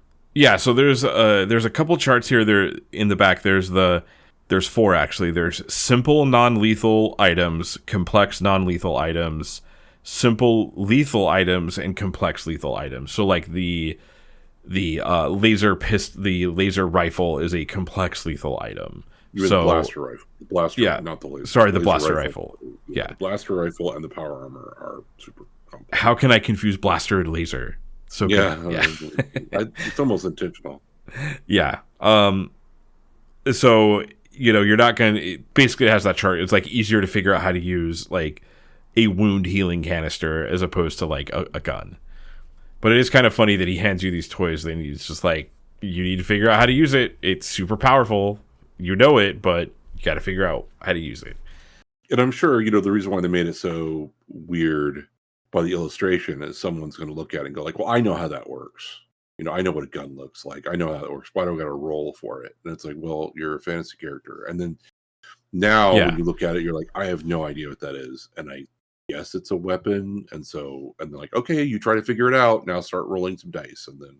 Right. It that is a problem that RPGs run into, that designers for RPGs like want you to feel like a certain way. If they want you to feel like you're a fantasy person in a fantasy world, it's kind of, the designer has to figure out like, how do I get Kyle, this person who podcasts on their computer, to feel like a bard in a fantasy world?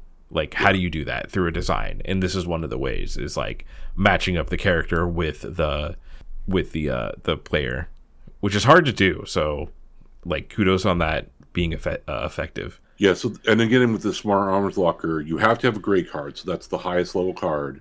And this is, I think, the only place where there's a suit of fully operational power armor. Yes. So and there's 20 power discs, and to operate the stuff, and you have to use the discs in order to actually figure out how to use all of the equipment.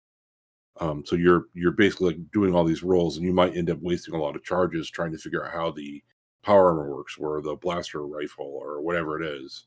So this is like, if you have a gray card and you get to this area, it gives you all the most powerful stuff, because everything, all the other power armors, I believe, in all the other areas are all malfunctioning, and this is the only one actually fully operational and you can use it. Yeah, and when you said it earlier, this is like it's kind of like 2 books. It's like the illustration. It's kind of like 3 in a way. It's like the module, and then all of the technology, and then the art. So there's like an entire section in the back of all of the technology explaining it and how to operate it. You're also in Computer Central here, which is important because if you go to a thing that has a bunch of buttons on it, which it describes as such, it doesn't tell you it's a bunch of buttons, but you can turn off all of the androids and all the worker robots and all the police robots if you press the right stuff here. Yeah, I mean, basically, from this area, you can sort of control most of what's going on in the ship. You can turn off the lights, because you have the whole cycle of lights. You can change all of that. You can use a view screen to see, where the repair robots are, where the police robots are. You can also go into full alert mode, which all doors and sphincters shut and lock. Red lights flash, alarms sound 10-second intervals, sleep gas will be pumped into the central complex of the rooms in 1 round. 4 police robots and 2 worker robots enter the computer room in 2 to 8 rounds. And only a gray card can stop it. So like, you could definitely TPK if you press that button. Yeah, and you can't just show the gray card to the police robots. You have to slip it into a slot. So you can't just show it to them and say, because before you may have been like, oh, I have the gray card, you guys can't attack me, like I'm important. And they're gonna like, no, we don't care. We're gonna take you out anyway, because you have to insert the card into the slot. But yeah, I do wish we had metadata about like the tournament stuff. I just want to know if someone's pressed that button in TPK'd really bad. It has to have happened at least once. All right, so for this is where the numbered encounters are, and one of them that I really like is number 4, the motionless female form. Mm-hmm. Watch out for the motionless female form, Kyle. It's just sitting there. She's just motionless in there. Just the phrase "motionless female form" as a numbered encounter is really funny to me. Yeah, that great. So yeah, it's an unconscious, beautiful human female. So like another instance where a human female is described as beautiful in these modules. I know that that's like a trope or whatever, but in reality, it is a berserk malfunctioning android. You know, I'm not going to get into the psychology of that, but there's a little femme fatale robot here. It's a fembot. With a paralysis pistol. And it basically says if you get within 20 feet of it, it will spring up and attack with the pistol twice. So you can, I guess, be surprised on that too. And in the captain's quarters, there is there's actually like quite a bit of, like the captain's quarters. It's kind of a shame if you miss it because there's a lot of cool flavor that helps the module. It's like a little break from all of the crazy stuff happening in the ship. You could find more cards in here. There is a private lounge and dining area that is nicely furnished, and it has 6 crystal flasks of rare spiritus liquors. So just like saying the way that's described, I immediately think of like weird Star Trek drinks. But essentially, he like tells you what each one of these does. I do like the description of the crystal flask with the rare spiritus liquors in them. I don't know if like we needed to have what each one of them does, but there it is if you really want to do it. I don't know how often D&D players like just drink random things. In my experience, they never do. Yeah, most of the time it's like, okay, we take it and put it in a bag of holding and we'll deal with it later. Yeah, we'll deal with it when I am back in the city and there's 3 clerics surrounding me. But I guess he has it there if you really want to know, because like as far as he's concerned, it's an item in the world and you need to know what it does. Right. Most of it is about getting drunk and also poison. So on page 8, we have the security chief's corners. There's a sentence I must talk about here. A bottle of liquor on the buffet is treated with a drug to cause persons imbibing it to tell the absolute truth for 3 rounds. 1 dose is equal to 1 ounce, and there are 7 ounces left. DM, here is your chance to sow some dissension.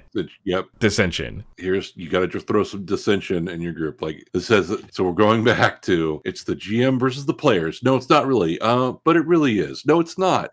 He really does in his modules. He really does like player infighting. Yeah, like he really tries to put that in there. There's a lot of player infighting. So there you go.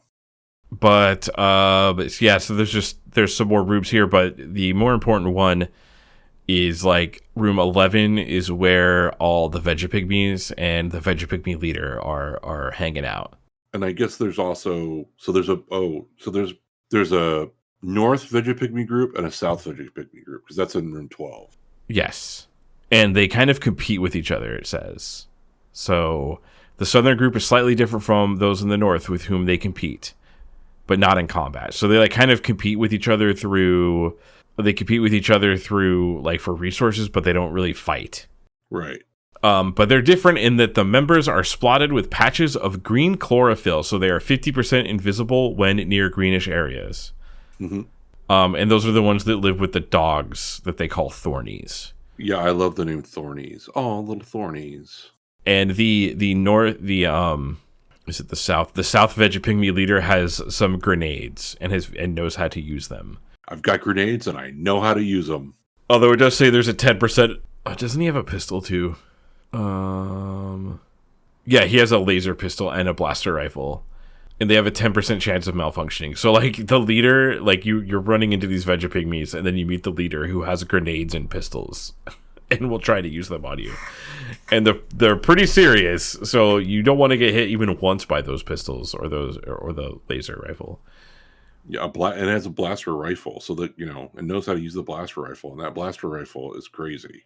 Oh yeah, it bring one of the weapons if it has hoarded but fears to use because it knows the weapons are. There's a chance for each one grenades, a laser pistol, and if you roll a 6, they have a blaster rifle. And if he uses a blaster rifle on you, it could really mess you up. And then reading through this again, the Thornies, so the dog-like creatures, are not harmed by pointed weapons.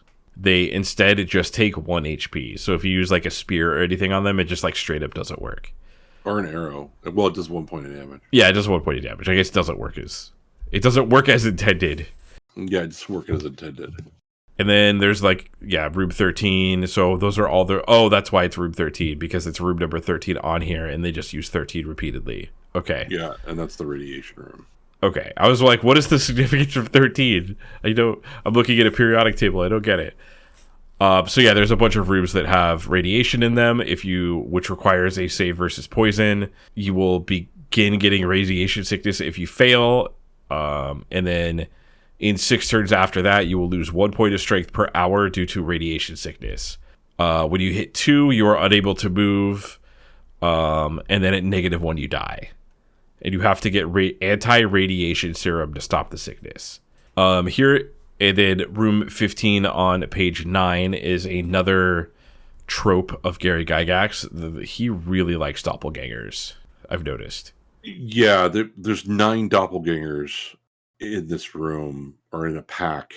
So they're going to try to mess with your party a lot. Yeah, so what it says is explicitly is that they wait for you to go through the tubes, because only a certain amount of people can fit through it at once, and then that's when they attack and like try to replace you. Yeah, fun. And then the last thing I want to talk about on page 9 is this art of an intellect devourer just like lurking around a corner, looking at a group of adventurers walking by that don't notice it. It's great. I love this. And the last thing I want to talk about, I love that picture in mind, by the way. It's Jeff D, which is one of my favorites. Is the blaster pistol, only because it's super hard to find on the map, and trying to find where it's at. Like, I had it literally took me 5 minutes to find 16 on the map. And then when I did, it was like, oh, you can also just like break it as soon as you get by it. Like, there's a 5% chance per person passing it that you will kick it, and 2% chance per person it will be ruined. Yeah. So it's like, God damn it. Took me all that time to try to find out where it's at, and then you have this huge chance of breaking. All right, Kyle, so we're on level 2, and there's a thing I want to talk about with level 2 really quick, just to get it out first. All right. So there's an Easter egg on the map for level 2 that I learned about in an interview that I did not notice. I'm getting out my map as we speak. Okay. So on level 2, at the very bottom of the map, the words EGG are hidden, and it stands for Ernest Gary Gygax. You have to turn the map upside down. Oh my god, it is there. So there's an Easter egg on level 2 of the map where the walls look like they say EGG. Yeah. And the cartographer, I don't know if Gary Gygax was involved in this because he didn't actually make the map, and in the interview with the cartographer, he says that they did it like they interacted enough for work and stuff, but he was kind of left to his own devices for like setting the map together. So it might have been a joke that they put in. I don't know what Gary Gygax's actual like interaction with that was, but EGG stands for Ernest Gary Gygax. That is very funny, and I do see it. Also, we'll get to it, but by there is the skeleton of the captain, so that sort of checks out, right? Oh yeah, maybe that's why too. But yeah, it's an Easter egg that says egg. Yeah, an egg that says egg. Which I don't know at this point if they called them Easter eggs. I think we've already talked about this, but that's what they call them now. All right, so I do want to talk about so we're on still on page 9 for level 2. I do want to talk about the opening paragraph that has like a little bit of some confusing words that I don't know how to understand. Okay. If any character, so it talks about there's a bunch of dangerous areas because this is the tween decks. So it's like the deck for getting from one area to from the first level to the third level. Yeah, it's called the service deck. It's service deck 5 or tweet between the decks. And it says, so it says like any cross-hatched area on the map is a danger area, and all of the piping and wiring and stuff is exposed. And it says, any character that insists on striking, poking, prodding, or otherwise attacking these areas with the metal instruments, there's a 10% chance per round that the individual will electrocute and permanently kill himself or herself. Permanently kill? What does that mean? We're playing D&D. That could actually mean something. Yeah, I guess it just... What does permanently kill mean, Kyle? That's such a weird way to say that. It is a very strange way to say that. Like, why does permanently need to be there rather than just like he killed? I don't think the intent is that you can't be resurrected. I would hope it would not. have said like that, and it doesn't make sense. So, I mean, I would hope you would not. That would not be permanent, so to speak. But yeah, as I was reading it, I was like, the state of death is permanence. So what does that mean? I know we were playing D&D where it's not, but that's why I was confused, because we're playing D&D right now. Yeah, and then I love it. It's like, okay, well, that person gets killed, and then there's an area of effect around it where a bunch of people will take a lot of damage and might get killed, and they're all stunned. Or, well, they're all stunned for 1 to 6 rounds. Okay. Yeah, so I guess, like, don't hit the electric fence with your sword. Yeah, and in typical Gygax fashion, if you have a certain AC, there's all these sort of rules behind, like, well, if your AC is this and your thing is this, and if your dexterity is this, you can take less damage, and then other stuff, it's like, okay. It's one of those things we talked before where it's like, do you really need all this? Like, do you need all these resistances? And if you're wearing scale, it's not as much. I mean, it's a lot of information and rules about something that probably doesn't need it. It's like, it's him playing with the mechanics. And I do like it in a way. I don't know, it kind of feels like watching someone put together a gunpla and like describe it to me in a lot of words. Like he's playing with his toys and describing it to me at the same time. Yeah. So I do find it like kind of endearing in that way, but I don't need to know. There's a 5% chance any other generator in the area will take damage and then explode and do 1 to 3 rounds of stunning. It's like you don't need all that. Yeah, it seems like a lot. Kind of like, okay, so hitting the machines is bad, and what I really like to know is, like, did someone do it? Like, someone did that. Let's just say someone did. They probably did. I mean, it's a lot of people played this. Did they do it again? Once all that happened, I would love to know. This is like another thing. I want the metadata of how many people have died from messing with the explosions here. Yeah, with the electrical stuff. Hey, there's all this electronic wire. There's all these like wires and things and electricity in front of you. What do? I attack it. Yeah, I mean, hey, the last dungeon we read, you had to attack a pillar to get to the next part of the dungeon. So true. So we do have an intellect devourer here, and the first thing I've noticed is that the intellect devourer in 2nd edition, or I think this is 1st edition, the intellect devourer in this edition of the game is so much more buff than the 5th edition one. The 5th edition one is like a really, really like small CR creature. This is a HD 6 creature. Yeah, 44 hit points. Does a lot of damage, impervious to most spells and weapons under +3. Lasers don't harm it. Like, ooh, okay. Yeah, so it can hide in shadows with a 63% success. So like it's pretty buff, and it's gonna stalk you. I think they kind of I'll talk about this later, but I think there could have been more of this thing stalking you. That would have been pretty cool. Yeah, I mean, I think if you wanted to, I think, if I was running this, that's what I'd want to do. I would want to like have this thing stalking people. Maybe they see glimpses of it, and, stuff like that. That would be really cool. Like the alien, and Alien is now, stalking you, going to kill you. And there's also some really cool, like, part of this was like, when when it was going down, they all got the plague, they all went insane. Someone basically freed this intellect devourer, and it started killing people, and it eventually killed the captain, which is pretty cool. I'm sort of synopsizing it, but it's actually kind of a cool backstory of what happened. I'm not sure, like, how the players would be able to find out this information. There's no way. Yeah. Unless they can, like, I guess, read the mind of the intellect devourer or something somehow. Right. So, I mean, it's cool that they put that in there.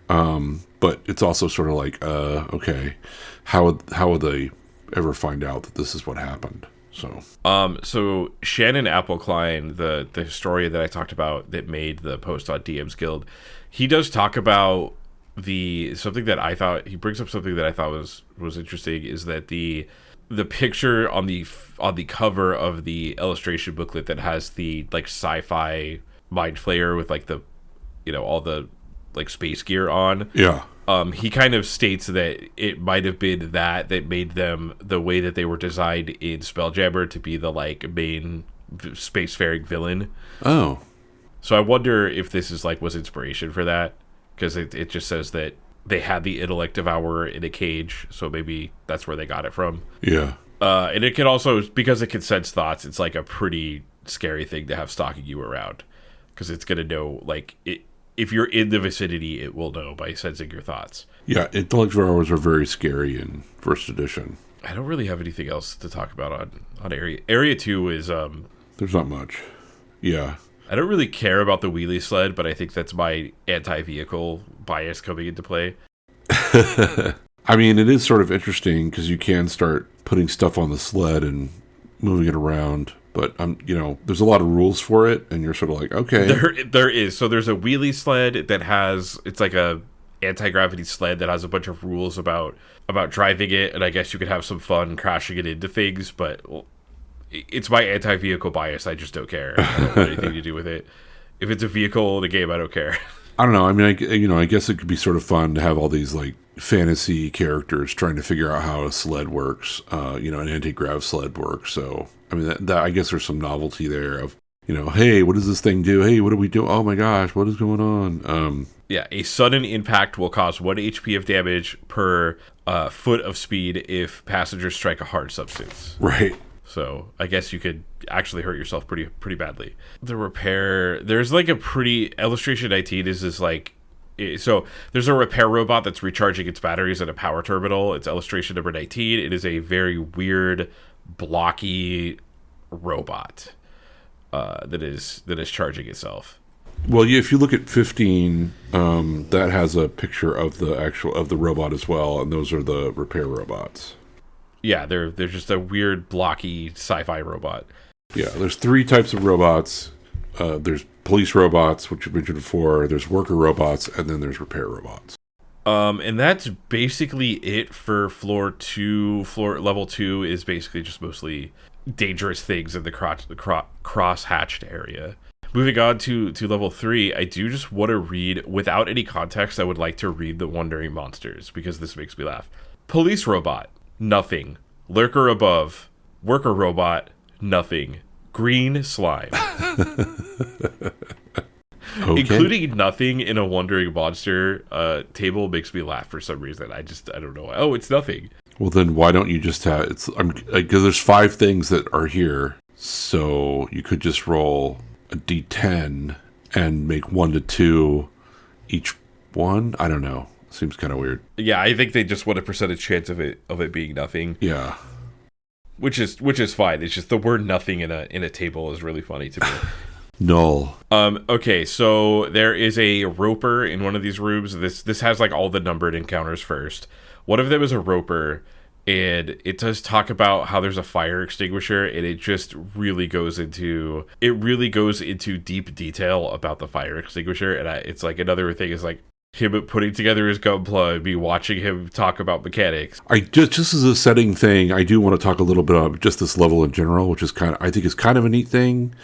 So the whole level is kind of this entertainment level for the colonists and for the the people on the ship, and below it is the sort of terrarium aspect of the ship. So you sort of are going around a ring, and then like you can look below you and you can see like all of the natural sort of stuff going on there, like trees and jungle and stuff like that. And obviously we're going to get down into that level. That's like, I think that's level 4. We're going to be talking about that level a lot. Yeah, that level we're going to talk about a lot. But I think this is kind of a neat setup of like, if you think about like as if there were colonists here and they were doing stuff like, they would be floating through space, and then they would be coming down to this area to sort of like relax and hang out, and then they can look down into the terrarium and see animals and stuff doing things, and there's like nightclubs here and bars and dancing, and like it's kind of an interesting little like thing. Yeah, it's like a place that people lived in. Yeah, so it's like, the level above was like where they all sort of slept and like, where they lived, and then this is where they go to party and have fun. You got to party when you're flying through space to colonize something. Yeah, and then, at the same time, you're like looking over this really cool terrarium area that's like a whole nother level of just, at this point it's monsters and craziness, but, at the time it's probably like birds and all sorts of fun stuff. So I thought that was kind of a cool like setup. Yeah, I definitely it's something I definitely wouldn't have, having a terrarium is a thing I would have thought of, but this specific setup is like not what I would have thought of. So I think it's like really unique and really cool. Yeah. So yeah, there's a roper, and then number 2 is strangle vines. Strangle vines do show up in Tomb of Annihilation as well, so that's another thing that has carried over to 5th edition at least. They basically do exactly what you think. They try to strangle you to death. Yes. Because the numbered encounters are, let me make sure I'm remembering this right. Yeah, so if you look at the map, the way it looks is like the terrarium area, or the where all of the animals and plants and stuff are, have sort of creeped up into this area because they've obviously been there for so long. So now both the strangle vines and then these vampire thorns, which is exactly what you think of them as well, have like creeped up. And so if like the characters are wandering around in that area, it's suddenly like, oh, you're being attacked by, all of these different kinds of vines and thorns and whatever. Yeah, and on the map they did illustrate in those areas like vines, which is kind of cool. So yeah, we also have vampire thorns, which do exactly what Kyle was thinking. They drain you of your fluids. The next encounter is the dining servo robot, and this is, as I'm learning more about Gary Gygax, I think that he really enjoys putting at least one Looney Tunes encounter in every one of his dungeons, and this is it. So there, you walk into a room, there's a dining servo robot that is normally serving food. However, he is malfunctioning. It will immediately attempt to seat any person entering the dimly lit lounge area and then begin serving them heaping dishes of food. The substance in the dishes will be a decaying mush covered with nauseating blue-green mold. If any character so much as tastes a drop of it, it will cause insanity the next round. As the blue-green spores attack the brain, it lasts for 1d4 rounds, and then the person dies. So you run in the room, the robot like tries to force feed you, and if a single drop of it touches your tongue, you go insane and die. Yeah. No save, by the way. It just happens. Right. But, if you start going insane, someone can cast neutralize poison. I also think that it's amazing that, like, purify food and drink will have no effect on this food. It's so bad that even your spells cannot make it better. Yeah. Well, it also says, dishes of quote, unquote food, so I don't think it's technically food. Right. It's supposed to be food. It's just malfunctioning and serving you poison or something. Yeah. But this is, like, my favorite encounter of the entire thing, because it's so... it's just so fun. Yeah. It's like you sit down, it starts serving you food, and you're like, you don't like it? Shoves food down your throat. Yeah, and it's going to, like, try to force... Like, you could do some really cool role-playing here where it's, like, malfunctioning and really trying to get you to sit down. Yeah. To eat this poison food. But the fact that it's, like, it's so powerful that you just immediately go insane and die is so funny to me. Space food. When space food goes bad, it goes bad. And it also does tell you that if the party refuses to sit down or eat, it will attempt to force feed the closest person. And then it will, if they attempt to flee, it will follow you. Yeah, with food, trying to get you to eat. So yeah, this is the Gary Gygax Looney Tunes encounter of the module. I can't wait to read more of his writing, because I'm pretty sure I'm gonna see at least one Looney Tunes encounter in each of his modules. He definitely has a sense of humor, for sure, which is like a little surprising to me. I always thought he was like the hard ass DM, but he really does have a sense of humor about the game that comes through in his writing. We have another WTF encounter with the web birds. Yeah, and there's on the map, there's like 3 areas. One is right in the middle of the whole. So I guess if someone casted fly and took like look at the terrarium in the sky, like overhead, they'd also get attacked by these things. But basically, there's 3 different areas where these things will attack you. Yeah, so they're called web birds. They're intelligent creatures that look like beakless birds of about raven size, which like ravens are huge. So yeah, they're not so small. They're surprisingly big. I remember the first time I saw a raven, I was like, wow, that's way bigger than I thought it was going to be. Yeah, so they have long and spiky appearing tails and a small drooping chest appendage. Basically, they can spin web and they will attempt to fly by you in groups and catch you in their webs. So it's like a weird flying bird that has spider web, essentially. And the fun part is it's very much like the facehugger. So again, alien references. It will fly onto people, stick its chest appendage into you, it puts eggs into you, and then those eggs will then go and eat you alive. Cool. Yeah, so it's like a parasitic wasp. So that's like, yeah, so it's a bird that spins web, and then yeah, it says if as soon as it holds you down with web, 1 to 4 of these creatures will fly down, and then they will insert eggs into you. Yeah, and the eggs also hatch in 1d4 plus 2 turns. Yeah. So they like hatch immediately. Yeah.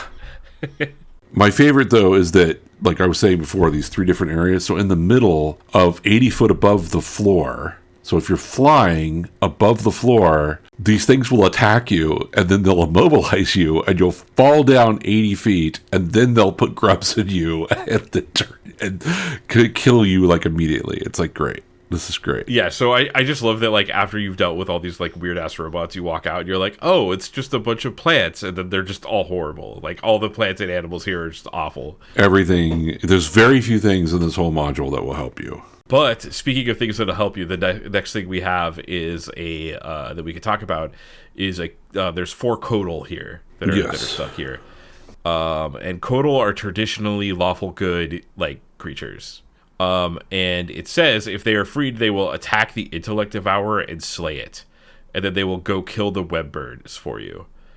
And they will not attack any of the rescuers, like if you free them, and they will cure your wounds. So you at least have like a reprieve from all these crazy things trying to kill you. But they're in a stasis cage, so you have to sort of look at the stasis cage and go like, do I free what's inside here, given that you've probably been attacked by all this like crazy stuff, and you're like, do I open the stasis cube? And you obviously have to describe it to fantasy characters of like this thing, there's a black cube, you think there's something inside of it, there's a dial. What do you want to do? I wonder if like key to level 2, can you tell what's in it? It is transparent. A wrapped crate, a transparent. So do you think the design of this, okay, so there's 2 ways that I can think of this happening. Is 1, it's a weird creature and you don't know what it is, or 2, Gary Gygax specifically picked Codals because he knew that people would have read the books and know that Codals are good. Well, it really is at the DM though. The DM has to say like, oh, there's Codals in there, or it just says like you see these like whatever, I forget what Codals look like. Yeah, they're like you could describe them. They look like Quetzalcoatl from Final Fantasy VIII. Okay. Kyle. So flying like serpents? They're like if I'm not mistaken, they're like the Final Fantasy thing was true. No, they're Quetzalcoatl is a thing from Mesoamerican mythos. So it's from that. Because spoiler alert, Final Fantasy came out a little bit after this module and after Dungeons and Dragons. Yeah, but they took it from Final Fantasy. The Aztecs took it from Final Fantasy VIII. Please don't make me murder you. They're like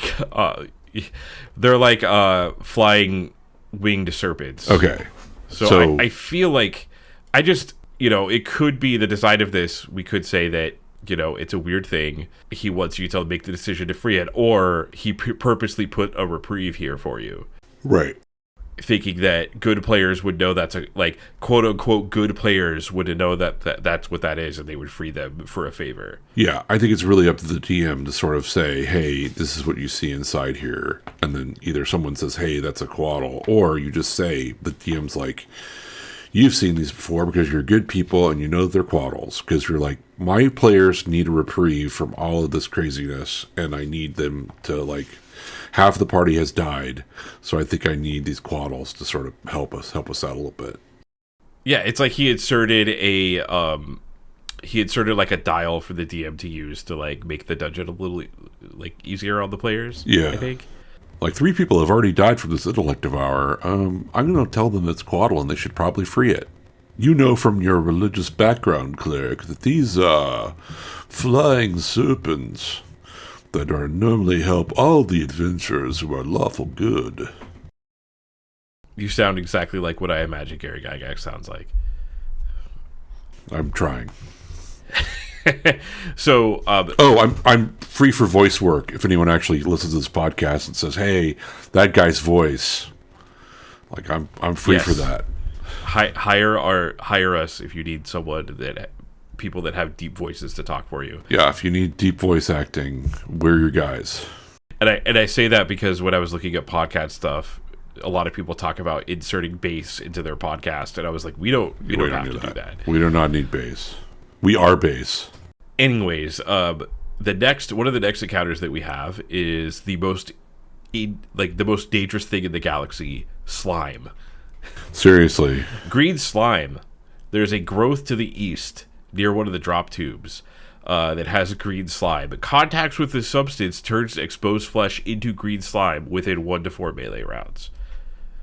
So, I was a little bit confused here, and maybe you know or maybe you don't know, but there's no stats for the green slime. So, is there a green slime as in a creature of the green slime, or just green slime that turns into actual green slime? Because there's no stats for a green slime. Like, green slime is a monster manual thing. I think it is just a type of green slime. Let me look.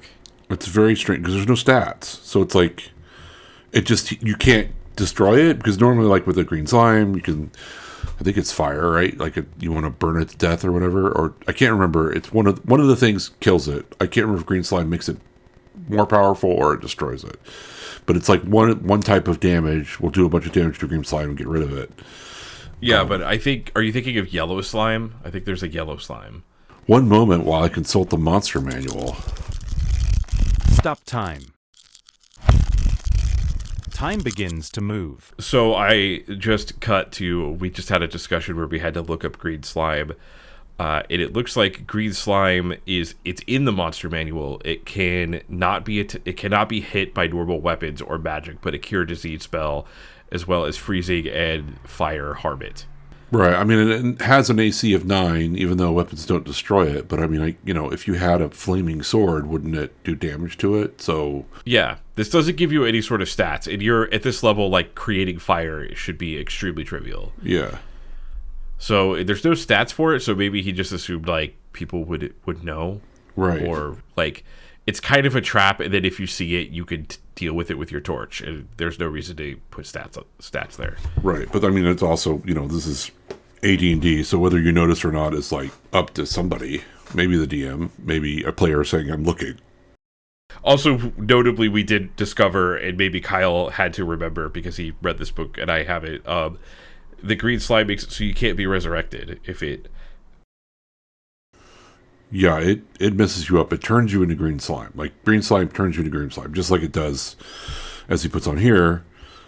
And it has a bluish color. It's not just green. It has a bluish coloration. So maybe it's like mega slime. But, yeah. And that's all I had to talk about on that level. I just want to say one thing. Like, when I was talking about the environment, there's these little magnifying glass things to look down into the terrarium, basically. Or the whatever you want to call it down there, which is kind of cool. And, and because of the way this whole thing works, it looks like you should be using it in reverse. Like, how the guns look like you should be pointing like you're pointing it at yourself. Then same thing with these magnifying viewers. They flip them, so it looks like the way that you're supposed to use them is reversed. It says it will allow you to view the level below. It basically, you could be like, here's all the weird plants that you see. Yeah, and be scared of them because the next level, which we're going to, is very scary.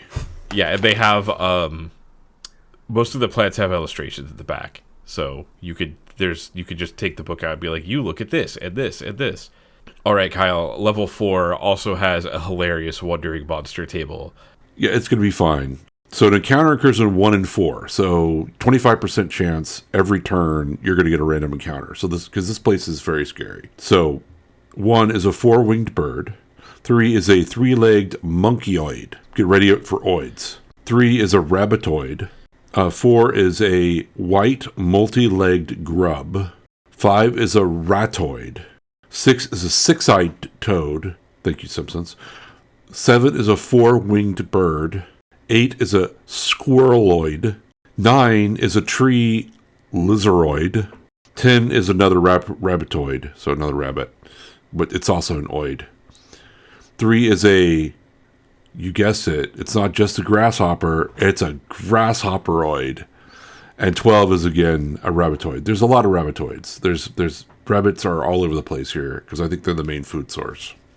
Well, 12 is that the 3, 10, and 12 are all rabbitoids that have an illustration.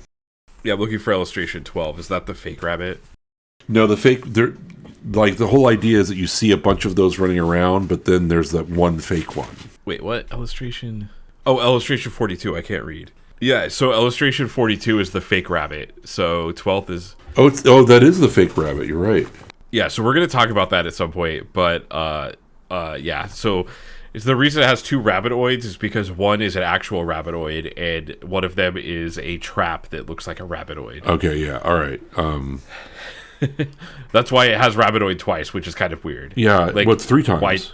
Isn't it? Yeah, 3 times, and then the 12 is the fake one. I don't know why it's like written that way for the DM. It's kind of confusing. Yeah, I wish it would have just said, because I got confused and I was like, what? Wait. Yeah, why does the one have the illustration? It's because it's the fake one. And this is just all of these encounters except for the last rabbitoid are harmless. It's just like to add flavor. So it's like, you might see a 3-legged monkeyoid swing by the tree next to you. It's because the theme of this is teeming with life. Right, and the idea, of course, is that you're putting oid on all of those things because they're not quite like rabbits. They're not quite like monkeys. They're not quite like lizards.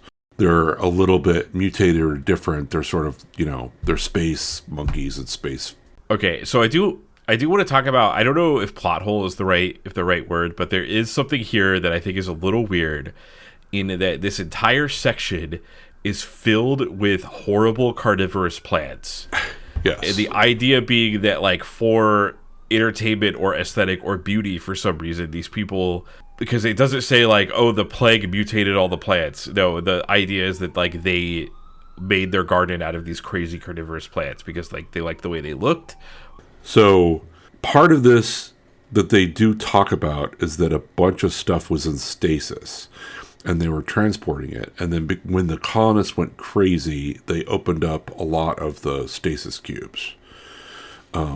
So it could be that some of these crazy plants got out because the colonists went crazy and said, well, let me get this deadly plant out. It's not thriving. I don't know. But yeah, there's a lot of plants in here that eat a lot of things. I mean, I guess, like, if it's a terrarium, everything's supposed to be able to, like, self-sustaining by feeding off each other. And I don't know, people keep carnivorous plants because they think they look cool, so maybe that's why. But it just seemed like a weird choice for the spaceship to do that. Yeah, but then again, it's kind of like, why would you put carnivorous dinosaurs in Jurassic Park? Well, but they talk about those carnivorous dinosaurs being in stasis, and then the crazy colonists took them out of stasis. Right. So it could be the same thing with these plants. These colonists, because space madness. Yeah. Ren and Stimpy space madness makes you... Space madness makes you, open up all of your stasis pods with the deadly plants and the carnivorous dinosaurs and have at it. So there is a pretty cool... I really like So there's a marine observatory, and there's like a lot of lakes and like river areas here. And there's a marine observatory where you can like go down under the lake and look around and look at all the fish. And there's a really cool encounter here where it says if you do that, there's a 1 in 6 chance, which you should just make it automatically happen because it's so cool, that you get a glimpse of a weird frog thing that's swimming around in the lake, which is the froghemoth. And then it might notice you. Yeah, and then the return of the Gary Gygax exclamation point. You also see glints of gems will be seen from the lake bed exclamation point. So just another one of those. Right. So you need to dive into there with the froghemoth and get you some gems. Yeah, he definitely is trying to tempt you with treasure in the bottom of the lake. Back to more horrible plants. Yeah. So the first one is the low grass patch, which is illustration 28, which is one of my favorite illustrations. It's the fighter guy on the front cover of the module that has the weird winged helmet and the blaster just being devoured by small pieces of grass. Yeah, it's great. So the low grass patch, this is the deadly boring grass, a mutated carnivorous plant which attacks any living thing which rests upon it. The blades are corkscrewed and will immediately bite into exposed flesh, inflicting 5 to 20 points of damage per round, and like amounts of each successive round. And then you have to save versus poison, blah, blah, blah. But basically, it just eats you. It essentially just, like, devours you, and it looks like normal, just grass. Yep. Fun. So yeah, I just wish I had the metadata of how many kills this grass patch got, because I love the art of this just guy in armor just being devoured by what looks like normal grass. Yeah, it's pretty cool, actually. Oh, I totally forgot there were dinosaurs. Yeah, there's dinosaurs, giant reptiles. Okay, so speaking of the Jurassic Park thing that you were talking about earlier, there's a deadly reptile section which has a pair of horrible monsters, which are in one of the illustrations, and they like jump really far or something. Yeah, they're 8 hit die creatures. And I mean, the idea was that, okay, so there's a whole zoo aspect down here where, I'm sure before all the, it was too crazy, you could just walk around and, see all these different sort of things. And, or maybe you just, you were at the top of there looking down on these things. But, there were 4 screens that kept these lizardoids, is what they're called, because everything's an oid, kept them from killing everybody, but now those 4 screens are gone. So you were just supposed to observe them before, but now they're loose. And then we also have an Carnivorous. Yeah, which I guess is just another dinosaur. I remember it from the monster manual that I had when I looked up the photo of it. It is a... Oh, it's a cross between a Wolverine and a... what? Yeah, let me see if I could find... Badger-like creature. So it's some kind of weird 4-legged mammal. Yeah, so I looked this up, and then I immediately was like, oh, I remember that picture from the monster manual that I had. I will send it over to you right now. It's a 500-pound, basically like Wolverine thingy. Fun. So the first picture I just sent you is from 2nd edition. That was the book that I had, because I remember this art. And then the other one is, yeah. So it is 500 pounds despite its small size. So it's 1.5 feet high and 3 feet long. And just basically made of muscle. Yeah, it's 500 pounds despite its size. So it's what my cat feels like when I'm in bed and she stands on me. Yeah. Where I'm like, I know you're 13 pounds, but you feel like you're 500 pounds somehow. Fire does not harm it. Lasers do half damage and blasters do full damage. Needlers have no effect. So it just goes off and names every single sci-fi gun that you could have found, and they all do something different. And it's a 12 hit die creature with 84 hit points. So with the special attack, it basically locks jaws on things and doesn't let go. So it's like a pit bull. And that's not even the most dangerous thing here, because all the most dangerous things are plants. Are in fact like plants, the next thing. No, absolutely. Like the next thing, the purple blossom. And I think there's multiple of these around the ship. So I'm kind of hoping that maybe these were, behind a 4 screen, and then the 4 screen went down, and now they're all over the place. Yeah, it just feels like as I was reading it, maybe I didn't understand, but I was like, man, why did they... For instance, the purple blossom, it drops a syrupy poison with a 25% chance of you being struck by if you're under it, being struck by the sap. Then you save versus poison and die instantly. Yeah, super. If you fail. And it's just like... You would keep that on your ship? Like, what's going on? I know. I love that it's like, okay, well, your 12th level fighter just died. Sorry. You saved versus poison and failed. You're dead. Cool. But the idea, a thing that I've noticed with like the toxic plants and stuff in D&D is that usually is part of its life cycle. So this says that it kills things below it, and then it like feeds off the decomposition of whatever it kills. Yeah. So if you're by now your characters, if they see a plant, they're just running. Or soon will be. I just wrote these plants are crazy. All these plants are scary. Yeah, and like when you're looking at the map, you know, A, which is that plant, is in 1, 2, 3, 4. It's all over the place. 5. There's a bunch of them. So as we go down these, it's one like there's a you know. Well, I guess we'll talk about B. So B, how many Bs are there? There's 1, 2. The triflower frond. 3, 4, 5, 6. There's like a bunch of them all around the map. So as you're walking around here, you'll meet all these different plants multiple times. Yeah, you're not just getting they're not just numbered encounters that you encounter once. You will run into them multiple times. But you'll start like I expect start recognizing them and being like, "Oh, the purple blossoms, those are the ones that we stay away from the toxins." And yeah, and like and you show the illustration and it's like, "Oh yeah, well you're walking through this area and you see this again." And it's like, "Oh, well, I'm not going anywhere near that." I suspect that this garden was probably like, we fireball everything, we go and rest. We come back, we fireball everything, we go and rest. We come back. How do we set the entire thing on fire? So there is one on here called the Horrid Plant. Illustration number 38. It is the another kind of trope that Gary Gygax really likes is the NPC that lies to you. In the dungeon, and this is different because it's an intelligent plant that is peaceful and inoffensive in nature, and it tries to communicate to you telepathically, telling you that it's going to give you assistance and warning you about the other dangerous plants. And it will also like give you a vague description of the level that you're on, and unfortunately, if the plant is attacked, it will lash out. Its ultimate goal is to kill you, so it's lying to you. It will, so its tendrils do 3 to 12 hit points of damage. If it's beyond its lashing range, the plant will discharge a bolt of electricity at the nearest attacker, 30 hit points of damage, no saving throw. Yeah, I know. Like, oh, okay. So it tries to hit you with its tendrils, and then if it's too far away, it just lightning bolts you. It just does 30 points of damage, no save. It just happens. I also don't think you roll a hit. It just says it happens. There's no saving throw. You don't even roll the hit. Your DM points at you and says 30. Take 30, which is very rare in D&D. Yes, it is very rare. It should be. And also, I will say that trying to find D on this map is very difficult. I don't see it. It's somewhere on the map. In this, typically, it's this blue map on here, so sometimes it's really hard to find.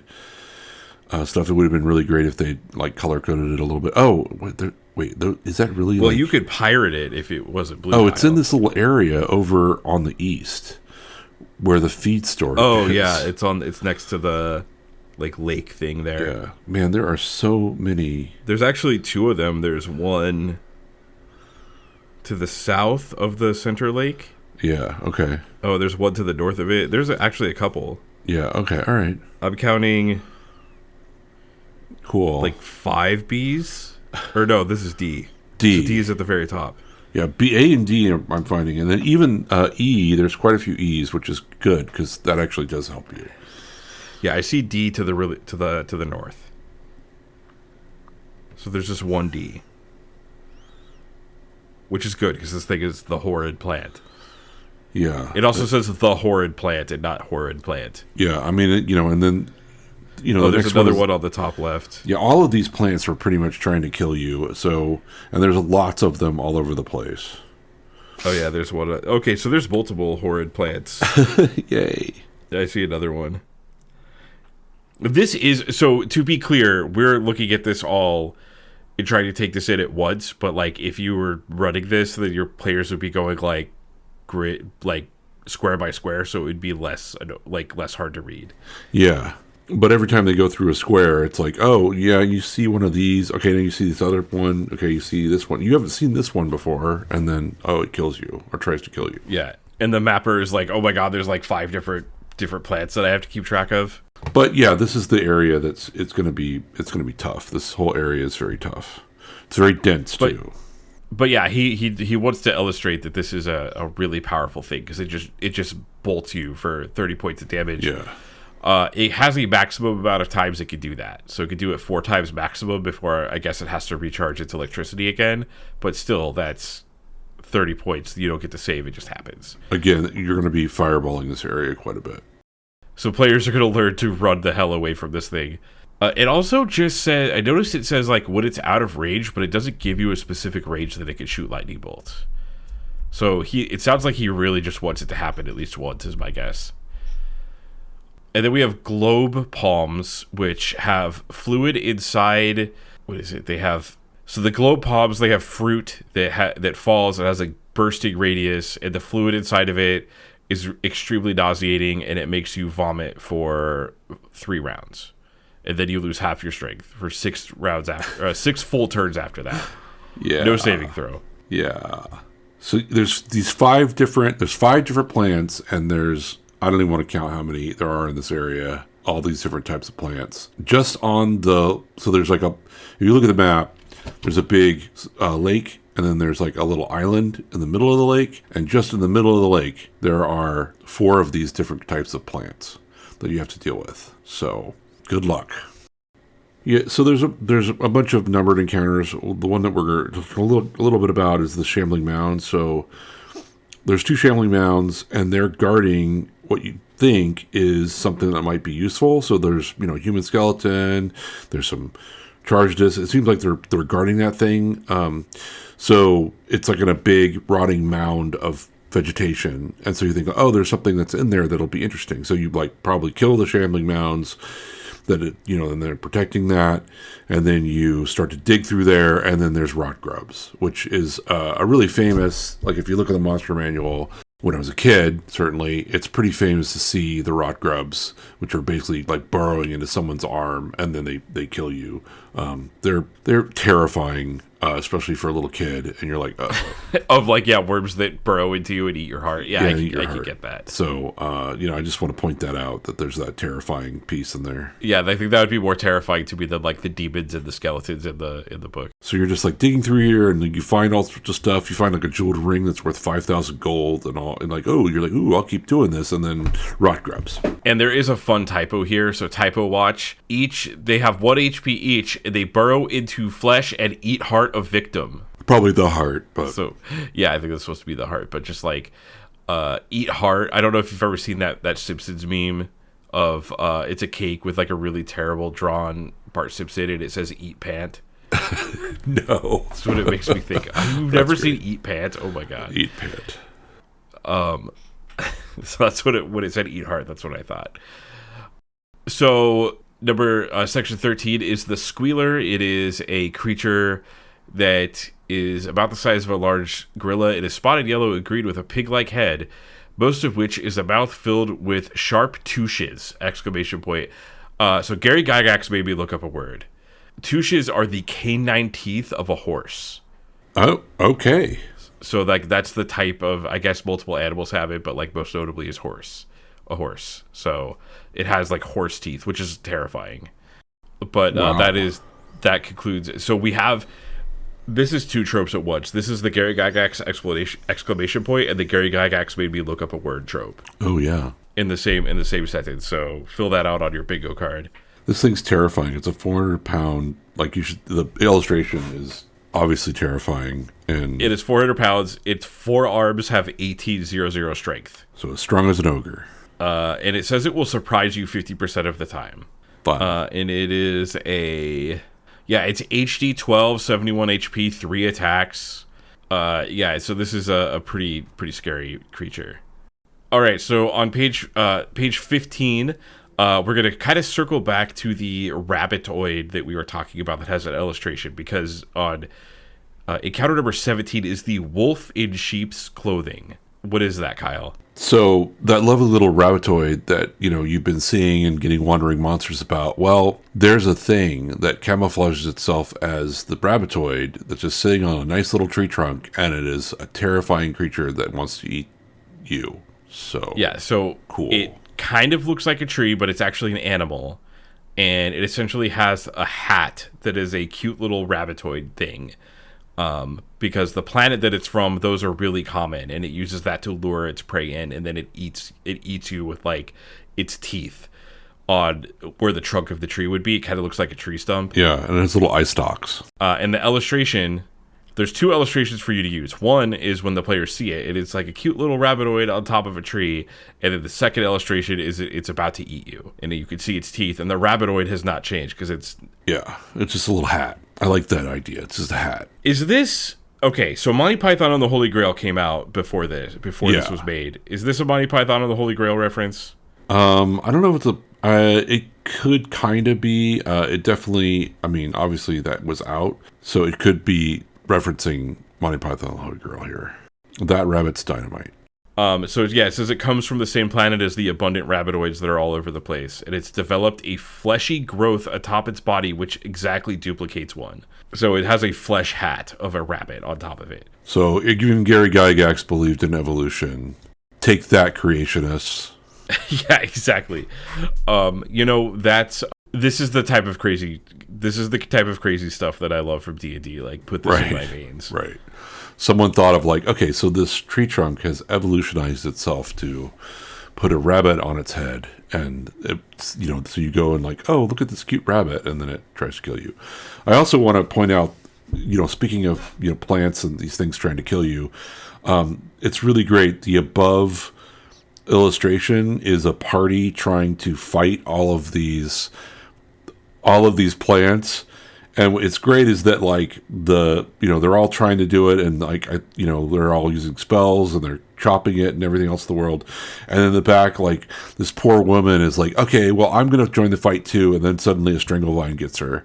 It's great. It's like it's a party of 5 D&D characters fighting a plant and losing. Yeah. I love in early D&D. There's a ton of illustrations of like adventurers losing. Yeah, they're not doing well. Yeah, it's not like, oh, the mighty barbarian is like slashing his sword through the demon. It's like in early D&D it'd be like the demon is eating the barbarian. It's like it's kind of backwards. Maybe it's because like the DM, they know the DM is reading this and they're like, but anyways, I do appreciate that. But yes, put this in my veins. I love it. All right, and then probably like one of the most famous, the next encounter is one of the most famous things from this book is the Froghemoth. Yeah, this is the boss fight. HD 16, so it's a pretty buff. Yeah, again, we have like 5th level characters and 5th level guys around here, and this is a 16 hit die creature. It's like, okay, maybe we should have 8 to 12. Characters should be 8 to 12. This is one of the first monsters I've seen that has different ACs depending on where you hit it. So it has like tentacle AC, body AC, tongue AC. So depending on what you're hitting it's different numbers, which like might be kind of weird because your fighter might be like, I rolled a 12 to hit, and it's like, well, that hits the tongue but not the tentacles. Yeah, I think you have to say what you're attacking in this case. I don't remember. I think in Monster Manual 2, and I guess we should go look that up, I think they have better rules for it. So we have the illustration 33, which is the Froghemoth from Errol Otis. It is gross, but also amazing. Yeah, it's great. So he's like standing on a bridge, and it's mean and nasty, and it's about to kill you. And it definitely doesn't look like a fantasy like monster. It definitely looks very science fiction-y with the tentacles and everything, kind of Cthulhu-esque, if anything. But yeah, it's a tough fight. Obviously, it explicitly says, even whether it's like a mutated thing or an adult form of some specimen, this is unquestionably the most fearsome of all the terrible life forms on this level.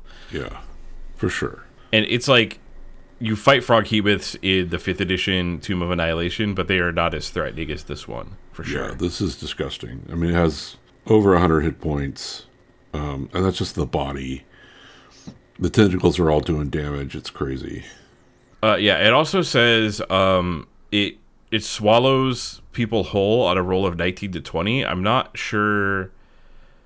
If a character is grabbed, it has a chance to hold on to some object. So it's just like more of a lot of rules for this one thing. There's like 3 or 4 paragraphs about fighting it. Yeah, and there's also, I think, I hope this is a typo, because it says as 1 or 4 attacks, damage per attack is 5 to 50 or 5 to 8, which is like, I'll take the 5 to 8, please.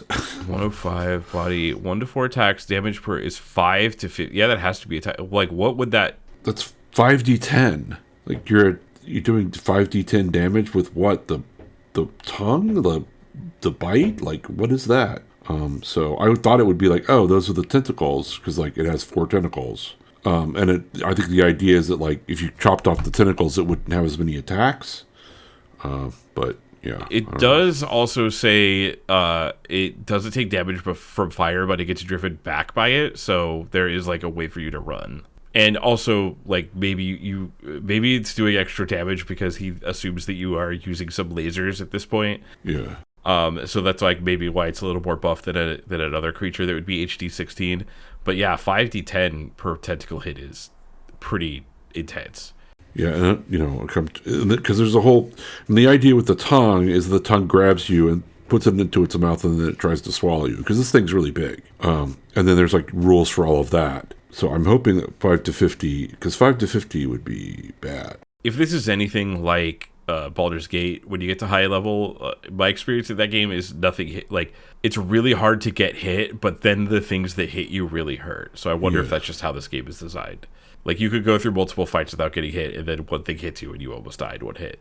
Well, it's definitely going to, you get rolling 5d10, and that's such a random amount of damage, too. Like, it's not evenly distributed. It's like, okay, well, I rolled really well, so you take 47 damage. Oh my god, I have 5d10 on my desk. Let's do this. Kyle, you're going to take 30 damage. Well, let's look up one of the characters in the back and see what that's like. That's going to kill about half the party members in our party. That was a pretty good roll. So, so that's going to kill the magic users. It's going to kill the fighter, or one of the fighters. It's almost going to kill all the clerics. And it's definitely going to kill any thief that gets hit by that. So, well, at this point, he knows that that's good that way. It's like he wants this to be a terrible horror monster that you run away, or it's a really hard fight and it eats you.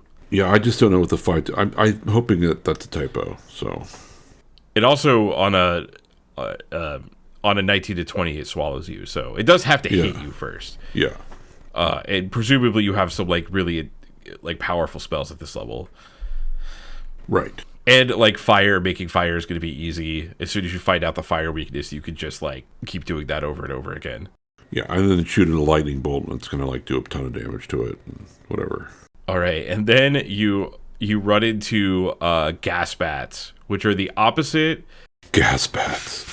Oh dear. So they're like the opposite of the web birds, because the web birds are repulsed by fire, but these things love light, and they basically just are stupid and will fly into anything that is on fire. Yeah, they're kind of like moths, explosive moths. And they're not even. It describes them as plant animals that vaguely resemble a bat. So they're kind of like gas balloons and not really bats. And speaking of evolution, like I don't know how this whole, like, it has to be on a planet where there's like no fire, or maybe like only some light, because how does this thing survive? Yeah, it describes it as a plant animal, so maybe it's like those have you seen those trees that have the seeds that fly?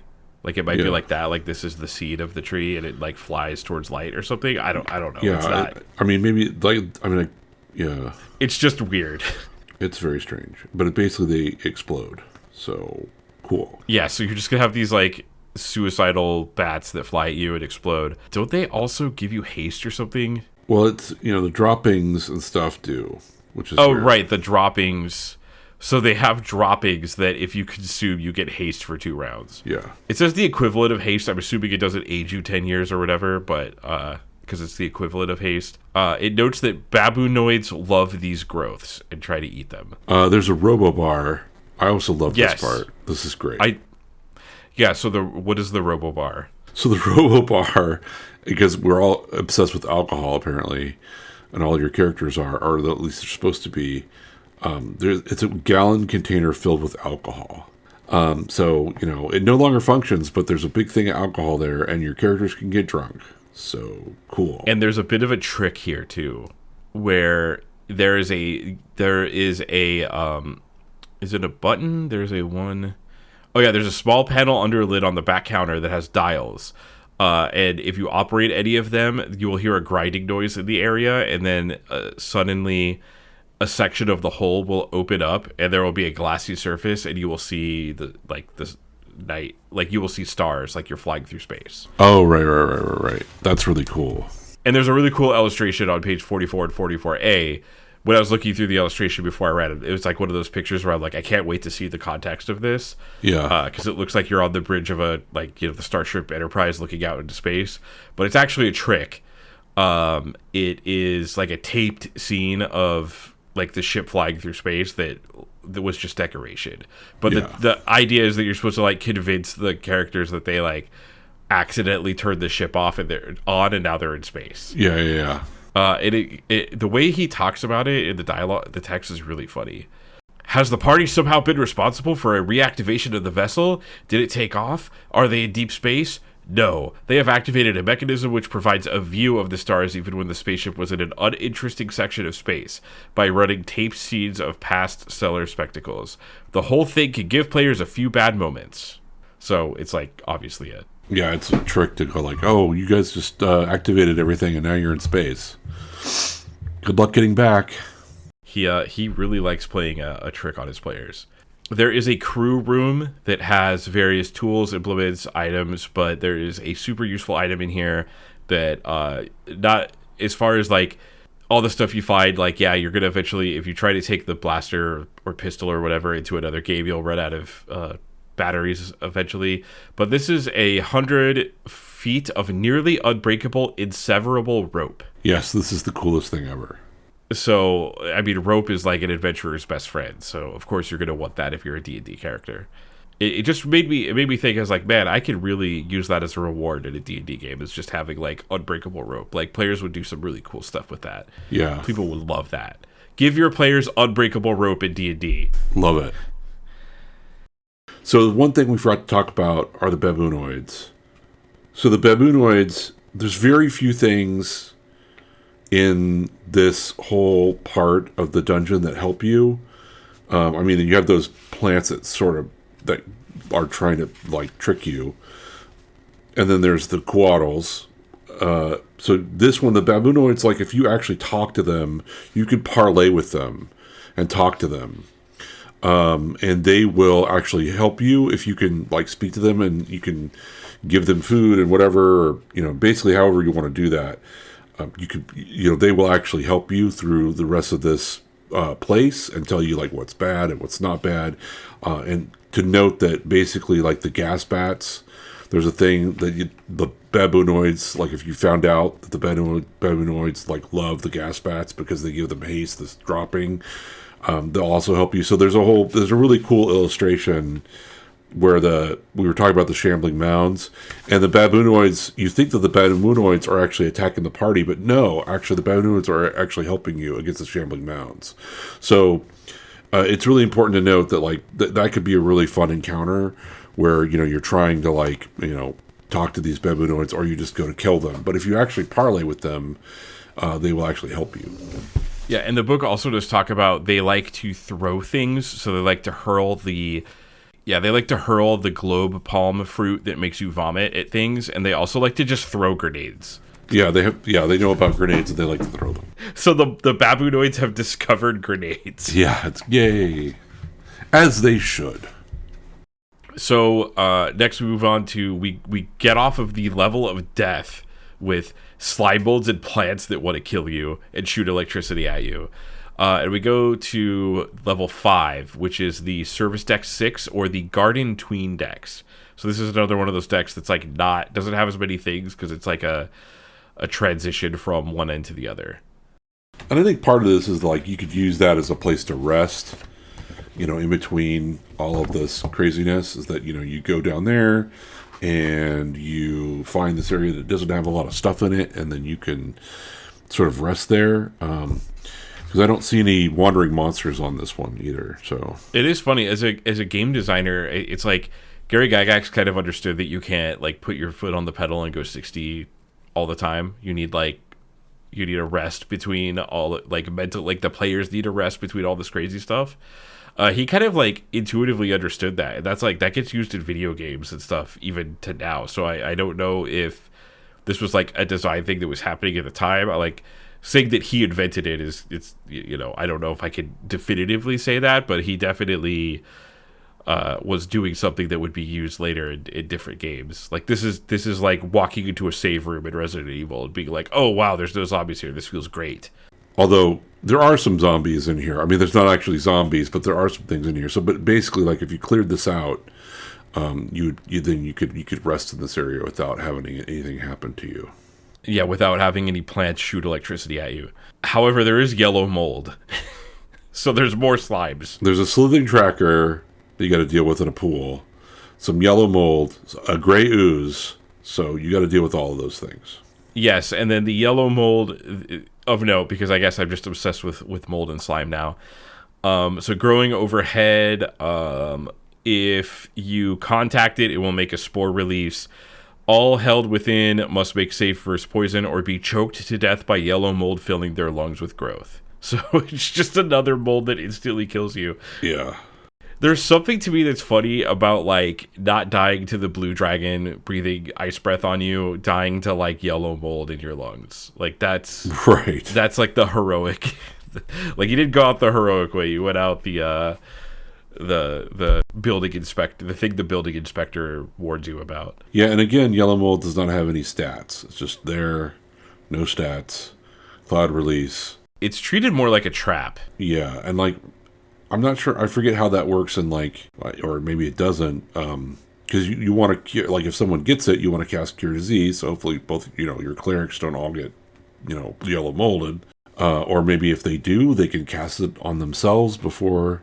It doesn't have a time thing here of like, oh, you save versus poison, and then you get choked to death. Like it should be within a certain period of time, right? You would think. Yeah, I mean, I'm sure there's suffocation rules in the DMG. Like, I could be 100% sure of that. So it probably would follow that. But it just says that you die. But again, no stats for the yellow mold. So it's like you can't destroy it. Yeah, a lot of the molds are treated more like traps. Except for, like, the russet mold, it says you can destroy with fire. So just stay away from mold on a spaceship. Yeah. And, there is a gray ooze that actually has stats. So, I don't know. It's weird. All right. So, moving to level 6, Kyle. Yep. We have some more Looney Tunes encounters here. Yeah, so just in general, so you have 5 levels to this ship. So the first level was like quarters, places where people sleep, and mostly the crew sleeps, not the colonists. Level 2 is this sort of service level. 3 is this sort of like, hey, it's the nightclub, dancing, cargo, sort of like, hey, this is where we go to go have fun and stuff. And then there's a terrarium level, which is, probably was like, hey, we're growing food and stuff here, but, and carnivorous plants, whatever. And then another service level, because, you got to make sure everything's cool there. And then here we go to level 5, which is, this is the recreation and fun athletic activity area. Which is, yes, in fact, going to have a lot of Looney Tunes fun stuff in here. We're going to learn more about the athletic activities of these spacefaring people because So first of all, if you've looked through the illustrations of this book, you might have seen some weird robots.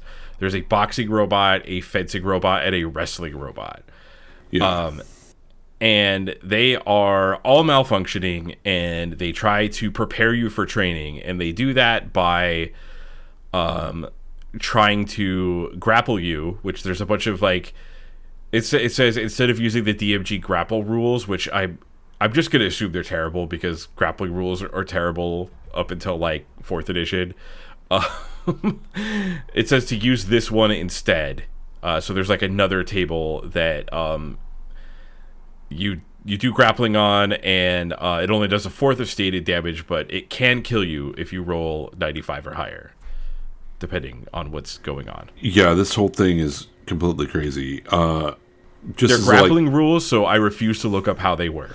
Yeah, grappling rules are horrible. So I guess you're like, well, yeah, I guess I don't want to look up those rules. We'll just use these. And that room, in this whole area is tiny. Like this encounter that's like half this page is one tiny, like there is so much space on here. There's an auditorium and a giant theater and a giant gymnasium and there's swimming pools. Like it's kind of crazy what's on this level in terms of like the entertainment and stuff. I mean, you had like the nightclub and dancing and stuff upstairs, but then like this is just a giant thing of like, I guess you could have a whole auditorium of watching movies and then putting on, all kinds of stuff. It's kind of nuts when you look at like what is in this room. And then this little encounter area that's nuts with these 3 androids is just tiny. It's like, okay, we're going to go training. Yeah, so there's a wrestling robot who tries to like grab you and grapple you and pin you with its like special wrestling rules.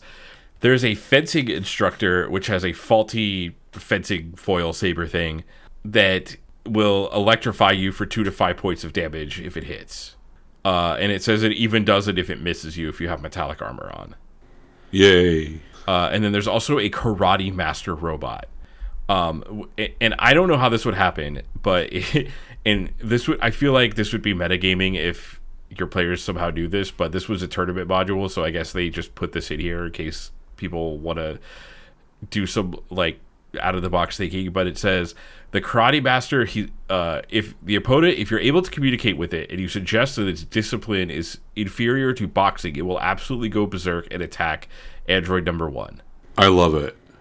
I mean, I don't know if it would be awesome if like you can role play a little bit of that, of like, the boxing master says like boxing is the most superior form of combat and I will teach it to you or something like that. And then the karate guy is like, I will now fight you, and karate is the most potent form of martial combat or something. And then like you suddenly get the idea of, hey, boxing or karate sucks in comparison to boxing, and then he just goes crazy and starts beating the shit out of the boxing robot. So first of all, for those speeches that you just gave, Kyle, I just want to say that you've watched way too many kung fu movies. Well, you say too many, but I don't think it's enough. There's always more kung fu movies to watch. I actually have the book in front of me. I'll look up really quick what it is doing in the 5th edition, the official Wizards of the Coast one. Stop time. Time begins to move. So the way this is handled in the 5th edition one for Quest from the Infinite Staircase, it says each android believes its discipline is supreme. If a character suggests an android's discipline is inferior to those of its cohorts, and it succeeds on a DC 16 Charisma Persuasion check, that android turns on its fellow machines. So that is still in the 5th edition one in a way. Actually, the way the 5th edition one handles it is probably like a little bit better, but it's still like, I know who would figure out to do that. I guess you'd have to like role play about it, talking about their specific discipline being the best. Yeah, I mean, I think if I were the DM, I would want to do something like that and see if the players catch on. And you should, because these androids fighting each other would be really cool. Yeah, I mean, come on, it's in this book that they're going to fight each other. Like, let's try to give them some hints that they could fight each other, because that would be super fun. And then the storage room, is that the... Because another thing I want to know is right under this, it says the storage room is a mess of bones and junk. In it, there's a personal diary with an account of the colonization expedition and fatal plague. So that's like you find a book that tells you what happened on this ship finally. Yeah. There's like a little storage area that's there. Oh yeah, so the Eye of the Deep, the next numbered encounter is number 6 on what is that, page 19? On page 19, there's the Eye of the Deep. It is a very intelligent and mad-sized fish thing. And it gives you this whole story about how during the plague madness, a laboratory aquarium was dumped into the swimming pool, and then this thing basically like started eating the other fish until it was the biggest fish. Right, because I guess they just dumped everything from the laboratory aquarium into the swimming pool. Yeah, because they were mad from the space madness. From space madness. And it can cast illusions, and it makes itself appear like a jumble of bones lying on the bottom of the pool. Yeah, it's kind of a cool encounter. There's more skeletons here. Kyle and I have cut out approximately 100 skeletons. But just assume every room we're talking about, there's skeletons in there. And this is it's an HD10 creature, so it's like it has hold person and some hold monster and illusion spells. So it's pretty buff. Yeah, it's kind of like a mini aboleth. The next thing you run into is two Shedu. I actually don't know how to say that, but they are an incredibly weird monster. Yes, they're 9-hit die. They're 9-hit die, they're lawful good. It lists their psionics, which in my notes I put, oh god, psionics.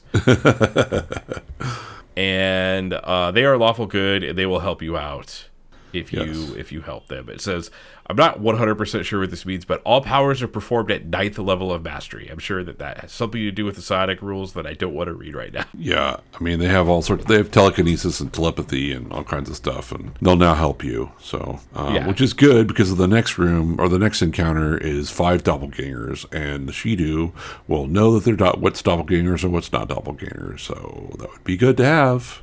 Oh, also just really quick, so yeah, if you're friendly to the Shidu and you promise to show them how to get out, they will tell you where to get 6 power discs and a red card, and they will also warn you that there's a mind flayer on the ship, which you would not have known otherwise. Oh yeah, right. And they tell you where the mind flayer is at. So, and generally they don't want to fight you. If you try to fight them, they will do weird psionic stuff to you and then run away. Yeah. And then yes, more doppelgangers, which I'm starting to think is Gary Gygax's favorite monster. Well, he likes betraying the party. He likes where people betray other people and the party gets betrayed. So, yeah, doppelgangers. So I'm going to add that to my, when I eventually make a bingo card of Gary Gygax tropes, or Gary Gygax dungeon stuff, I'm going to add doppelgangers in there. So room number 6, we have another Looney Tunes encounter here. There's a physical fitness android. As soon as you enter this room, this android is lying in wait and essentially springs into action, and it has a bunch of heavy objects like plates and dumbbells that it will throw at the party. And there's this whole thing about a score out of 20 means that it broke a limb, that it hit you in the arm, or it broke it. And it says, it shouts out, work up a sweat, catch Butterfingers, let's have some hustle, and you'll never make it the team that way. And it's doing 2 to 20 points of damage every time it hits you as a 7-hit die creature with these plates or whatever it's throwing at you. So it can mess you up pretty badly. I just love the idea, though, of an encounter being like an 80s fitness instructor, yelling stuff at you as it throws things at you and breaking your limbs. It's just really funny. I sort of wonder what this says about Gary Gygax's commitment to fitness. I don't care about gas bats. So in room 7, there's a trapped android and 40 gas bats. So you have to sort of deal with the 40 gas bats, and then if you free the android, there's a chance that this trapped android, which was a bodyguard, will actually now bodyguard you. So you can convince it to you need to be bodyguarded, and so you get an extra guy helping you out. There's kind of a little bit of a sad story. So it says that it was a bodyguard for an important political official aboard, and when its master went insane, it followed him in his wandering. Eventually, the human died here in the narrow aisle of the cargo hold, and as the android was carrying the body out, the accident occurred. So it was carrying out the person it was guarding, and then it got trapped, and it's been here ever since. So it's holding a skeleton of the person it was protecting. I mean, I guess it's an android, so it doesn't care, but it's still kind of sad. Yeah, and it would be cool to free the android to give you that sob story. I mean, that would be very flavorful sort of thing to do. Yeah, or you could also play all these androids as malfunctioning and really confused. So maybe he thinks the skeleton's still alive, or you could do a lot of stuff with it. Yeah. I'm ready to move on to the boss fight of this. Yes, let's talk about the Mind Flayer. All right, so Mind Flayer. Use the illustration on the cover of the art book to depict this monster. So it is not depicted as a normal Mind Flayer, because this Mind Flayer has been on the ship for a while, and it's been walking around, and it has blasters and weird technology. So on the cover, it's wearing a space suit, and it has one of the blaster pistols on it, and so it has that, and it has all of its psychic powers. But yeah, it says it has an orange card, a blaster pistol, portable spotlight, poison and sleep grenades, and it does talk about how it will like try to run away from you and throw grenades, and then like ambush you with a mind blast when it can. I mean, it still wants to eat your brain. But yeah, I mean and unless the players ran into the Shidu who warned you that the Mind Flayer is here, this might be a surprise to your players.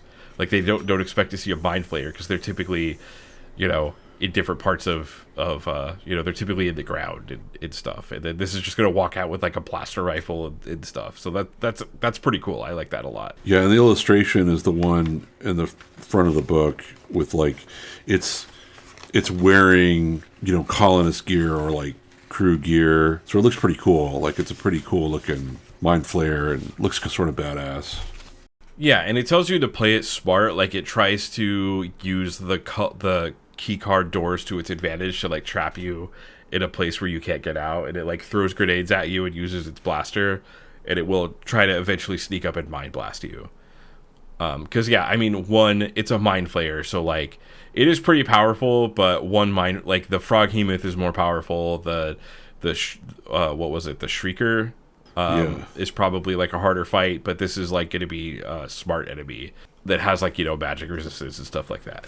Yeah, it could do like domination in whatever.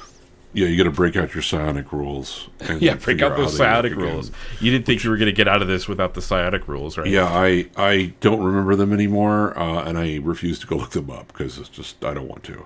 We'll look them up at some point, but today's not the day. It's not important for this. Maybe if we do like a Dark Sun module or something.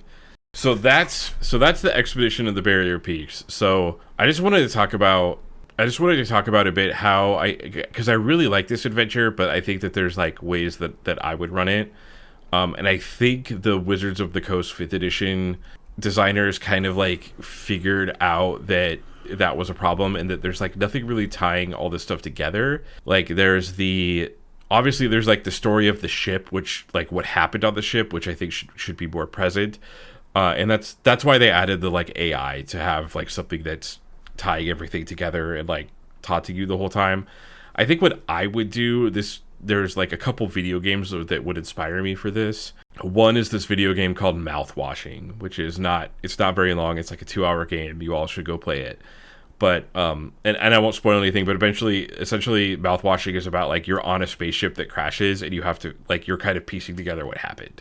And there's another game that I really like called Return of the Obra Dinn. And Return of the Obra Dinn is about a ship that washes up and like everyone on the ship is dead. And you are an insurance adjuster and you have a magical time watch that you can go back in time. And you have to like use that to piece together what happened on the ship and how everyone died. So if I was running this, I would write a timeline of exactly everything that happened on the ship. I might change the plague thing, and I would kind of like make this about the mystery of figuring out what happened on the ship. I think that's like what I would try. I would have something like that to tie everything together and make players want to explore. Yeah, I mean, to be fair about all of this, we're creating a dungeon spaceship, and so this is like the first sort of thing where you've done that, and Gygax did that, and oh yeah, that's great. I love that. Yeah, it's great. Like it's a great idea, and I also like really love all the layers. It's thought out of like, okay, well, how would these colonists sort of go through space and survive and do stuff, and it takes years to go to some place, and so you have different levels of all that stuff. But yeah, I think you're right. It would be nice to have an overlying story. Like I think I would probably have more computer terminals where you could plug something in and it would be a log of somebody talking about what happened, and sort of like that any movie where you talk about that stuff where they like have it's the captain's log of what happened next, and whatever it is. I think that would also be sort of a cool way to sort of drift people through as to what happened and what the mystery is and all that kind of stuff. Because I think so we're in 2025. We all know about Expedition to the Barrier Peaks, and obviously he was going for the design because this was a tournament module. So what I think he was going for was like, surprise, it's a spaceship. You're in a spaceship. Yeah. And that was probably enough for the players at that time, which is like kind of like looking back at this, you're like, well, there's not really much tying this together. But like, I think that discovery was enough for players to want to like mess with stuff. Yeah. But now we're in 2025. This came out. So this came out 46 years ago. So we are separated in time that much, and we all know about Expedition of the Barrier Peaks. We all know that it's a spaceship. So that's like, there's an allure to that, but there's no like, I'm not gonna walk around in this dungeon and be like, oh wow, it's a spaceship, because I already kind of know that that's happening. So I think I need that, like, I need something to tie this together to make me want to like explore everything, because there has to be something that makes it so your players aren't like, I hate all these plants, I'm leaving. Yeah. Screw this. That plant just shot lightning bolts at me. No thanks. Yeah, I mean, well, I hear what you're saying, and at the same time, I'm also like, well, this is the first attempt at these things, and that's kind of why we read them, because we're like, oh, okay, this is what they were thinking of, and this is a really great idea and a really great thing, and there's a reason why it's such a classic module with all these sort of classic tropes, and you can see all the humor and stuff in there, and it's really cool. I mean, the first thing I thought about, when I was a kid, and if I were playing this whole thing again, like I think I said before, like I want to turn all this thing into my keep.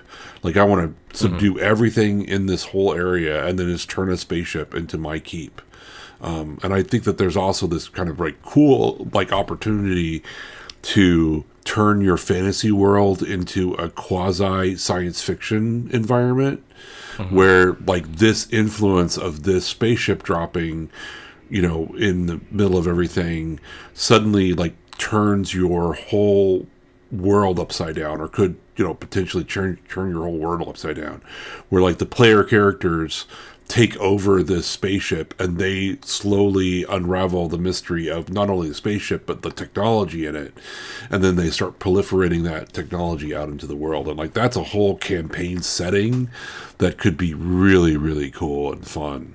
Yeah, and not necessarily like the you're not, and I know you're not necessarily talking about like the blaster rifles and stuff, but you're talking about like you burn down all of the plants and then figure out like crazy terrarium technology for agriculture and stuff like that. Yeah, and also just like, well, there's these power discs. Yeah, and the power, like, nowhere in here does it say like, oh, you can recharge the power disc, but there's some kind of power source that keeps on this whole thing going. So there's energy somewhere that's being used. There's a generator of some sort. And so even those power discs could be recharged. You got to figure it all out. So it could be like, and to me, it's like, well, if it's a high level campaign, you have characters that are 8 to 12. So like by the end of this module, they're going to be fairly high level, or already are. Yeah, and they're going to have laser guns. And, they have laser guns, and then they're going to like figure out like, okay, well, maybe we should take this over and try to like keep using this technology and try to figure out how it works. So there's like a whole campaign about that, and then and you're talking about a high level campaign, so there's a lot of political intrigue with kingdoms and kings and people, and like, hey, you went to go investigate that and you never came back. It's like, yeah, we're staying here, we've cleared everything out, and this is now our kingdom, and we're going to figure out how this all works, and leave us alone, or we're going to shoot you with this gun, or this laser gun. The fighter who should have a small army at this point following him just moves his army into the spaceship.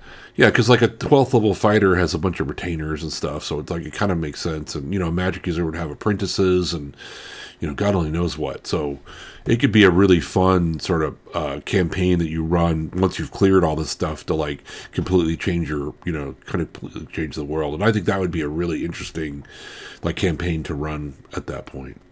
Yeah, and I fully understand that like I'm looking at this with 46 years of game design experience. Not necessarily like I have that much experience, but like I've experienced media that has moved past this 46 years. Yeah, sure. So I have the gift of like having Gary Gygax never got to play Mouthwashing, or and he never got to play Return of the Obra Dinn.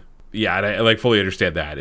Well, if anything, it's like those games took umbrage with this. Like not umbrage, but I guess it's sort of, this needed to happen in order for those games to really exist in a way. This this media like had to happen and sort of had to become a thing before that media could actually be good, you know. Right, and it may not be a direct line, but if you keep going back and taking left turns and right turns, you probably are going to find yourself in basic D&D at some point, which this is one of the most famous basic D&D, or one of the most famous AD&D modules. Yeah, for sure. All right. So as far as your thought, so we talked about like things we might do with this or change this. So what are your like overall, now that we're like here at the end, Kyle, what are your overall thoughts on Expedition to the Barrier Peaks? You know, there's a reason why this is a classic module that, you know, people talk about.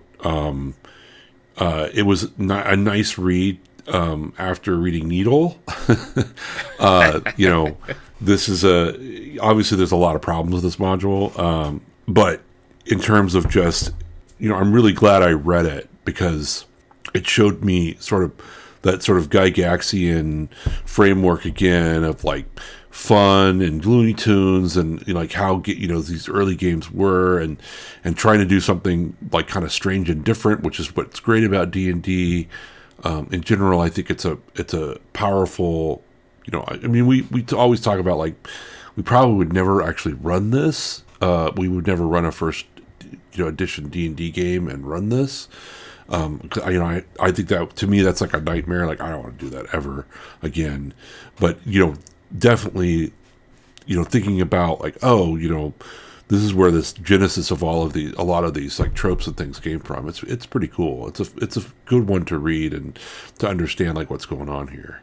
Yeah, it's amazing to me that this came out in the original version of this was 1977, because at that point D&D wasn't that old. Like we went from like, what is a role-playing game? You have a strength attribute, to like a few years later, Expedition to the Barrier Peaks. That's nuts. Like that's like such an incredible progression, and that's why I'm so obsessed with this era of modules. It's just because I can't believe the like creative energy that these designers, that, you know, it's like they're building this train track in front of them, and there's this like they're like building this train track, and there's this massive, like incredibly powerful locomotive behind them, but they don't understand how powerful it is yet, and they're just building this train track and like coming up with crazy stuff. Like that's kind of what this era of D&D is like for me.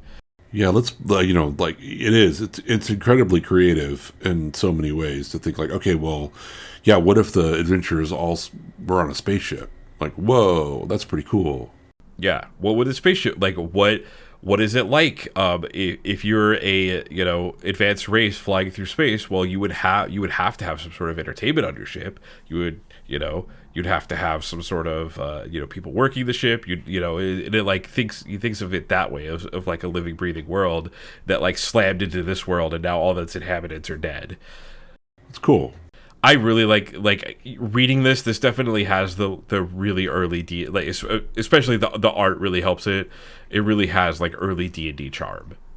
Yeah, for sure. It's really understandable to be like why this is such a memorable module. Like I'm sure anyone who played this in AD&D will remember it forever. Yeah, for sure. Like if you forget some other modules or dungeons that you've done, it's probably not Expedition to the Barrier Peaks, because this is a really special module, and I understand why it's so beloved. For sure. Yeah, I mean, I'm really glad I finally read it. I mean, I remember all the pictures because when I was a kid, I had it and I looked at all the pictures, and I was fascinated by all of it. But actually, you know, going back and reading it again, it's like, oh yeah, you know, I see what was going on here. It's pretty cool. All right, well, that was Expedition to the Barrier Peaks. Thank you for joining us, and please join us in next session where we will be reading White Plume Mountain by Lawrence Schick. Thanks, everyone. Bye.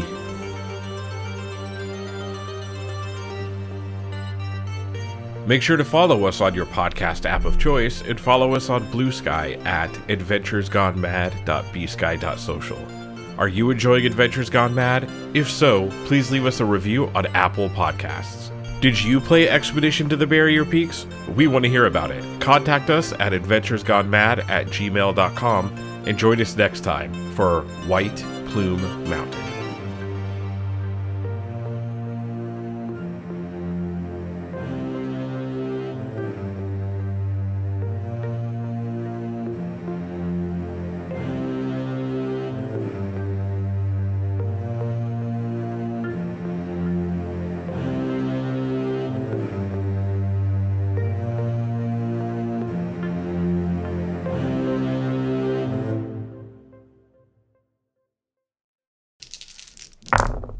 All right, Kyle. So today we are reviewing. I shouldn't say. I need to stop saying reviewing because it's not technically what we're doing. You will not hear us mention Alpha Lion.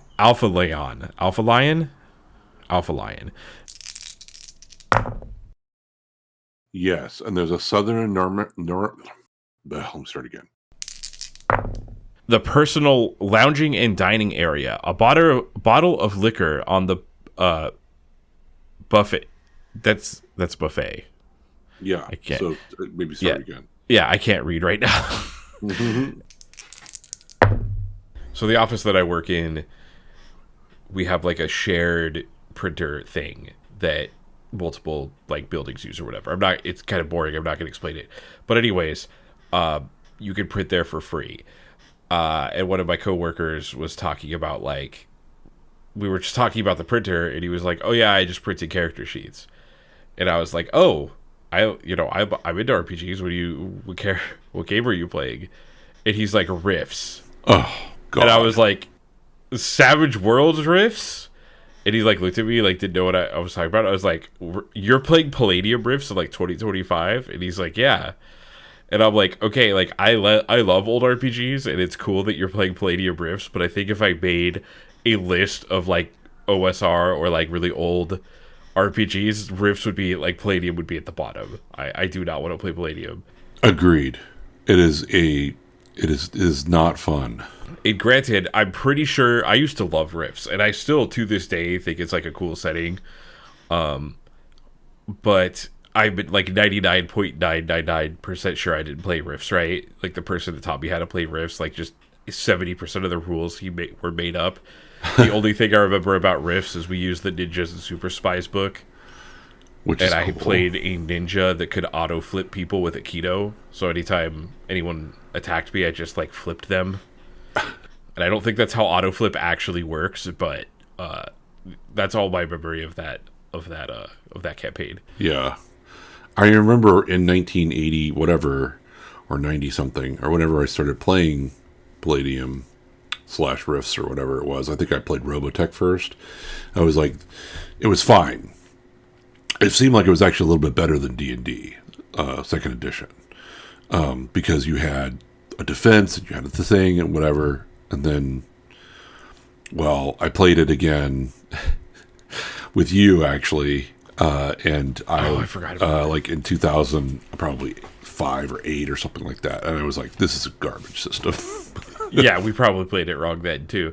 I want to play Riffs with someone who actually knows how to play Riffs, but I don't know if that person actually exists. Yeah, I think we played it right because I just think it was the reason why I was like, I'm not playing this because it was so bad. It's always to me. It's like Shadowrun to me, where it's like a setting that I really really like. That's behind a rule system that I'm not super into. Yeah, like I will still tolerate Shadowrun, but I've never played a game of Shadowrun and been like, oh, I love these rules. Like, it's just kind of, I feel like the setting is kind of held back by the rules. Yeah, I would. But anyways, I thought it was funny that my coworker was playing Riffs in 2025. Yeah, and printing it, and and it makes sense that he would have to photocopy the character sheets for Riffs. That checks out.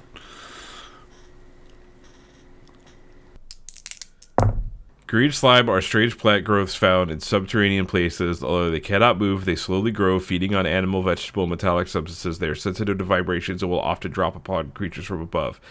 They will attach itself to living flesh, and in 1d4 melee rounds thereafter turn the creature into green slime. Yeah. No resurrection possible. Wow. Yeah. It eats away wood. It has stats, but it doesn't give you them in this book. So, yeah, I mean, it has 2 hit dice. It has all this stuff, so it's like... But it also says, okay, it could be scraped off quickly, excised, frozen, or burned. A cure disease spell kills it. Other forms of attack, including weapon and spells, do no harm. Right, so you have to do like fire or something like that. So I it's one of the things I was a little confused about because it doesn't actually have stats. Because normally, like, hey, it's a green slime and it's AC 9 and all that stuff. So I don't know. Maybe you're supposed to go look that up. Or let's do a cut really quick so that I can cut this in. Or what exactly is that? There's a cop. There's an ambulance. Well, we'll wait for that. My cat is just laying on the ground like she's a cat. You have a cat? What did you get a cat? My phone went off. I did not hear it. Good. But I did not get to call you a monster. Okay, well, I think... I guess we could make a joke about finding D again, but... Okay, here's the problem, Kyle. Whenever I look through the monster manual for anything, I just start looking at the monster manual, and I'm just like, oh, I'm actually supposed to be doing something. Like, I love the monster manual too. Monster manual 2 is one that I loved looking at. Like, it's so fun. It's just always like, oh yeah, I'm doing something. I mean, the monster manual 1's cool, but the monster manual 2 is even better. Oh my god, there's so many words here, Kyle. It is a... Yeah. I get to cut that and make it seem like I'm really good at arithmetic. There's a fencing instructor that has a faulty fencing saber. An EP? Is that how you say that? I don't even know how to say that word. Epi. Epi. Okay. It's like a... I think that's how you say it. Epi? Epi? There's a fencing instructor... let me start over. I can't do math, Kyle. How many years ago was 1980? That was... Well, that would be 45? 26 plus 20, so 46 years ago. Okay. I'm going to cut this and make it seem like I'm really good at math. Just as an cat update, my cat has not moved from the spot she was in. Oh.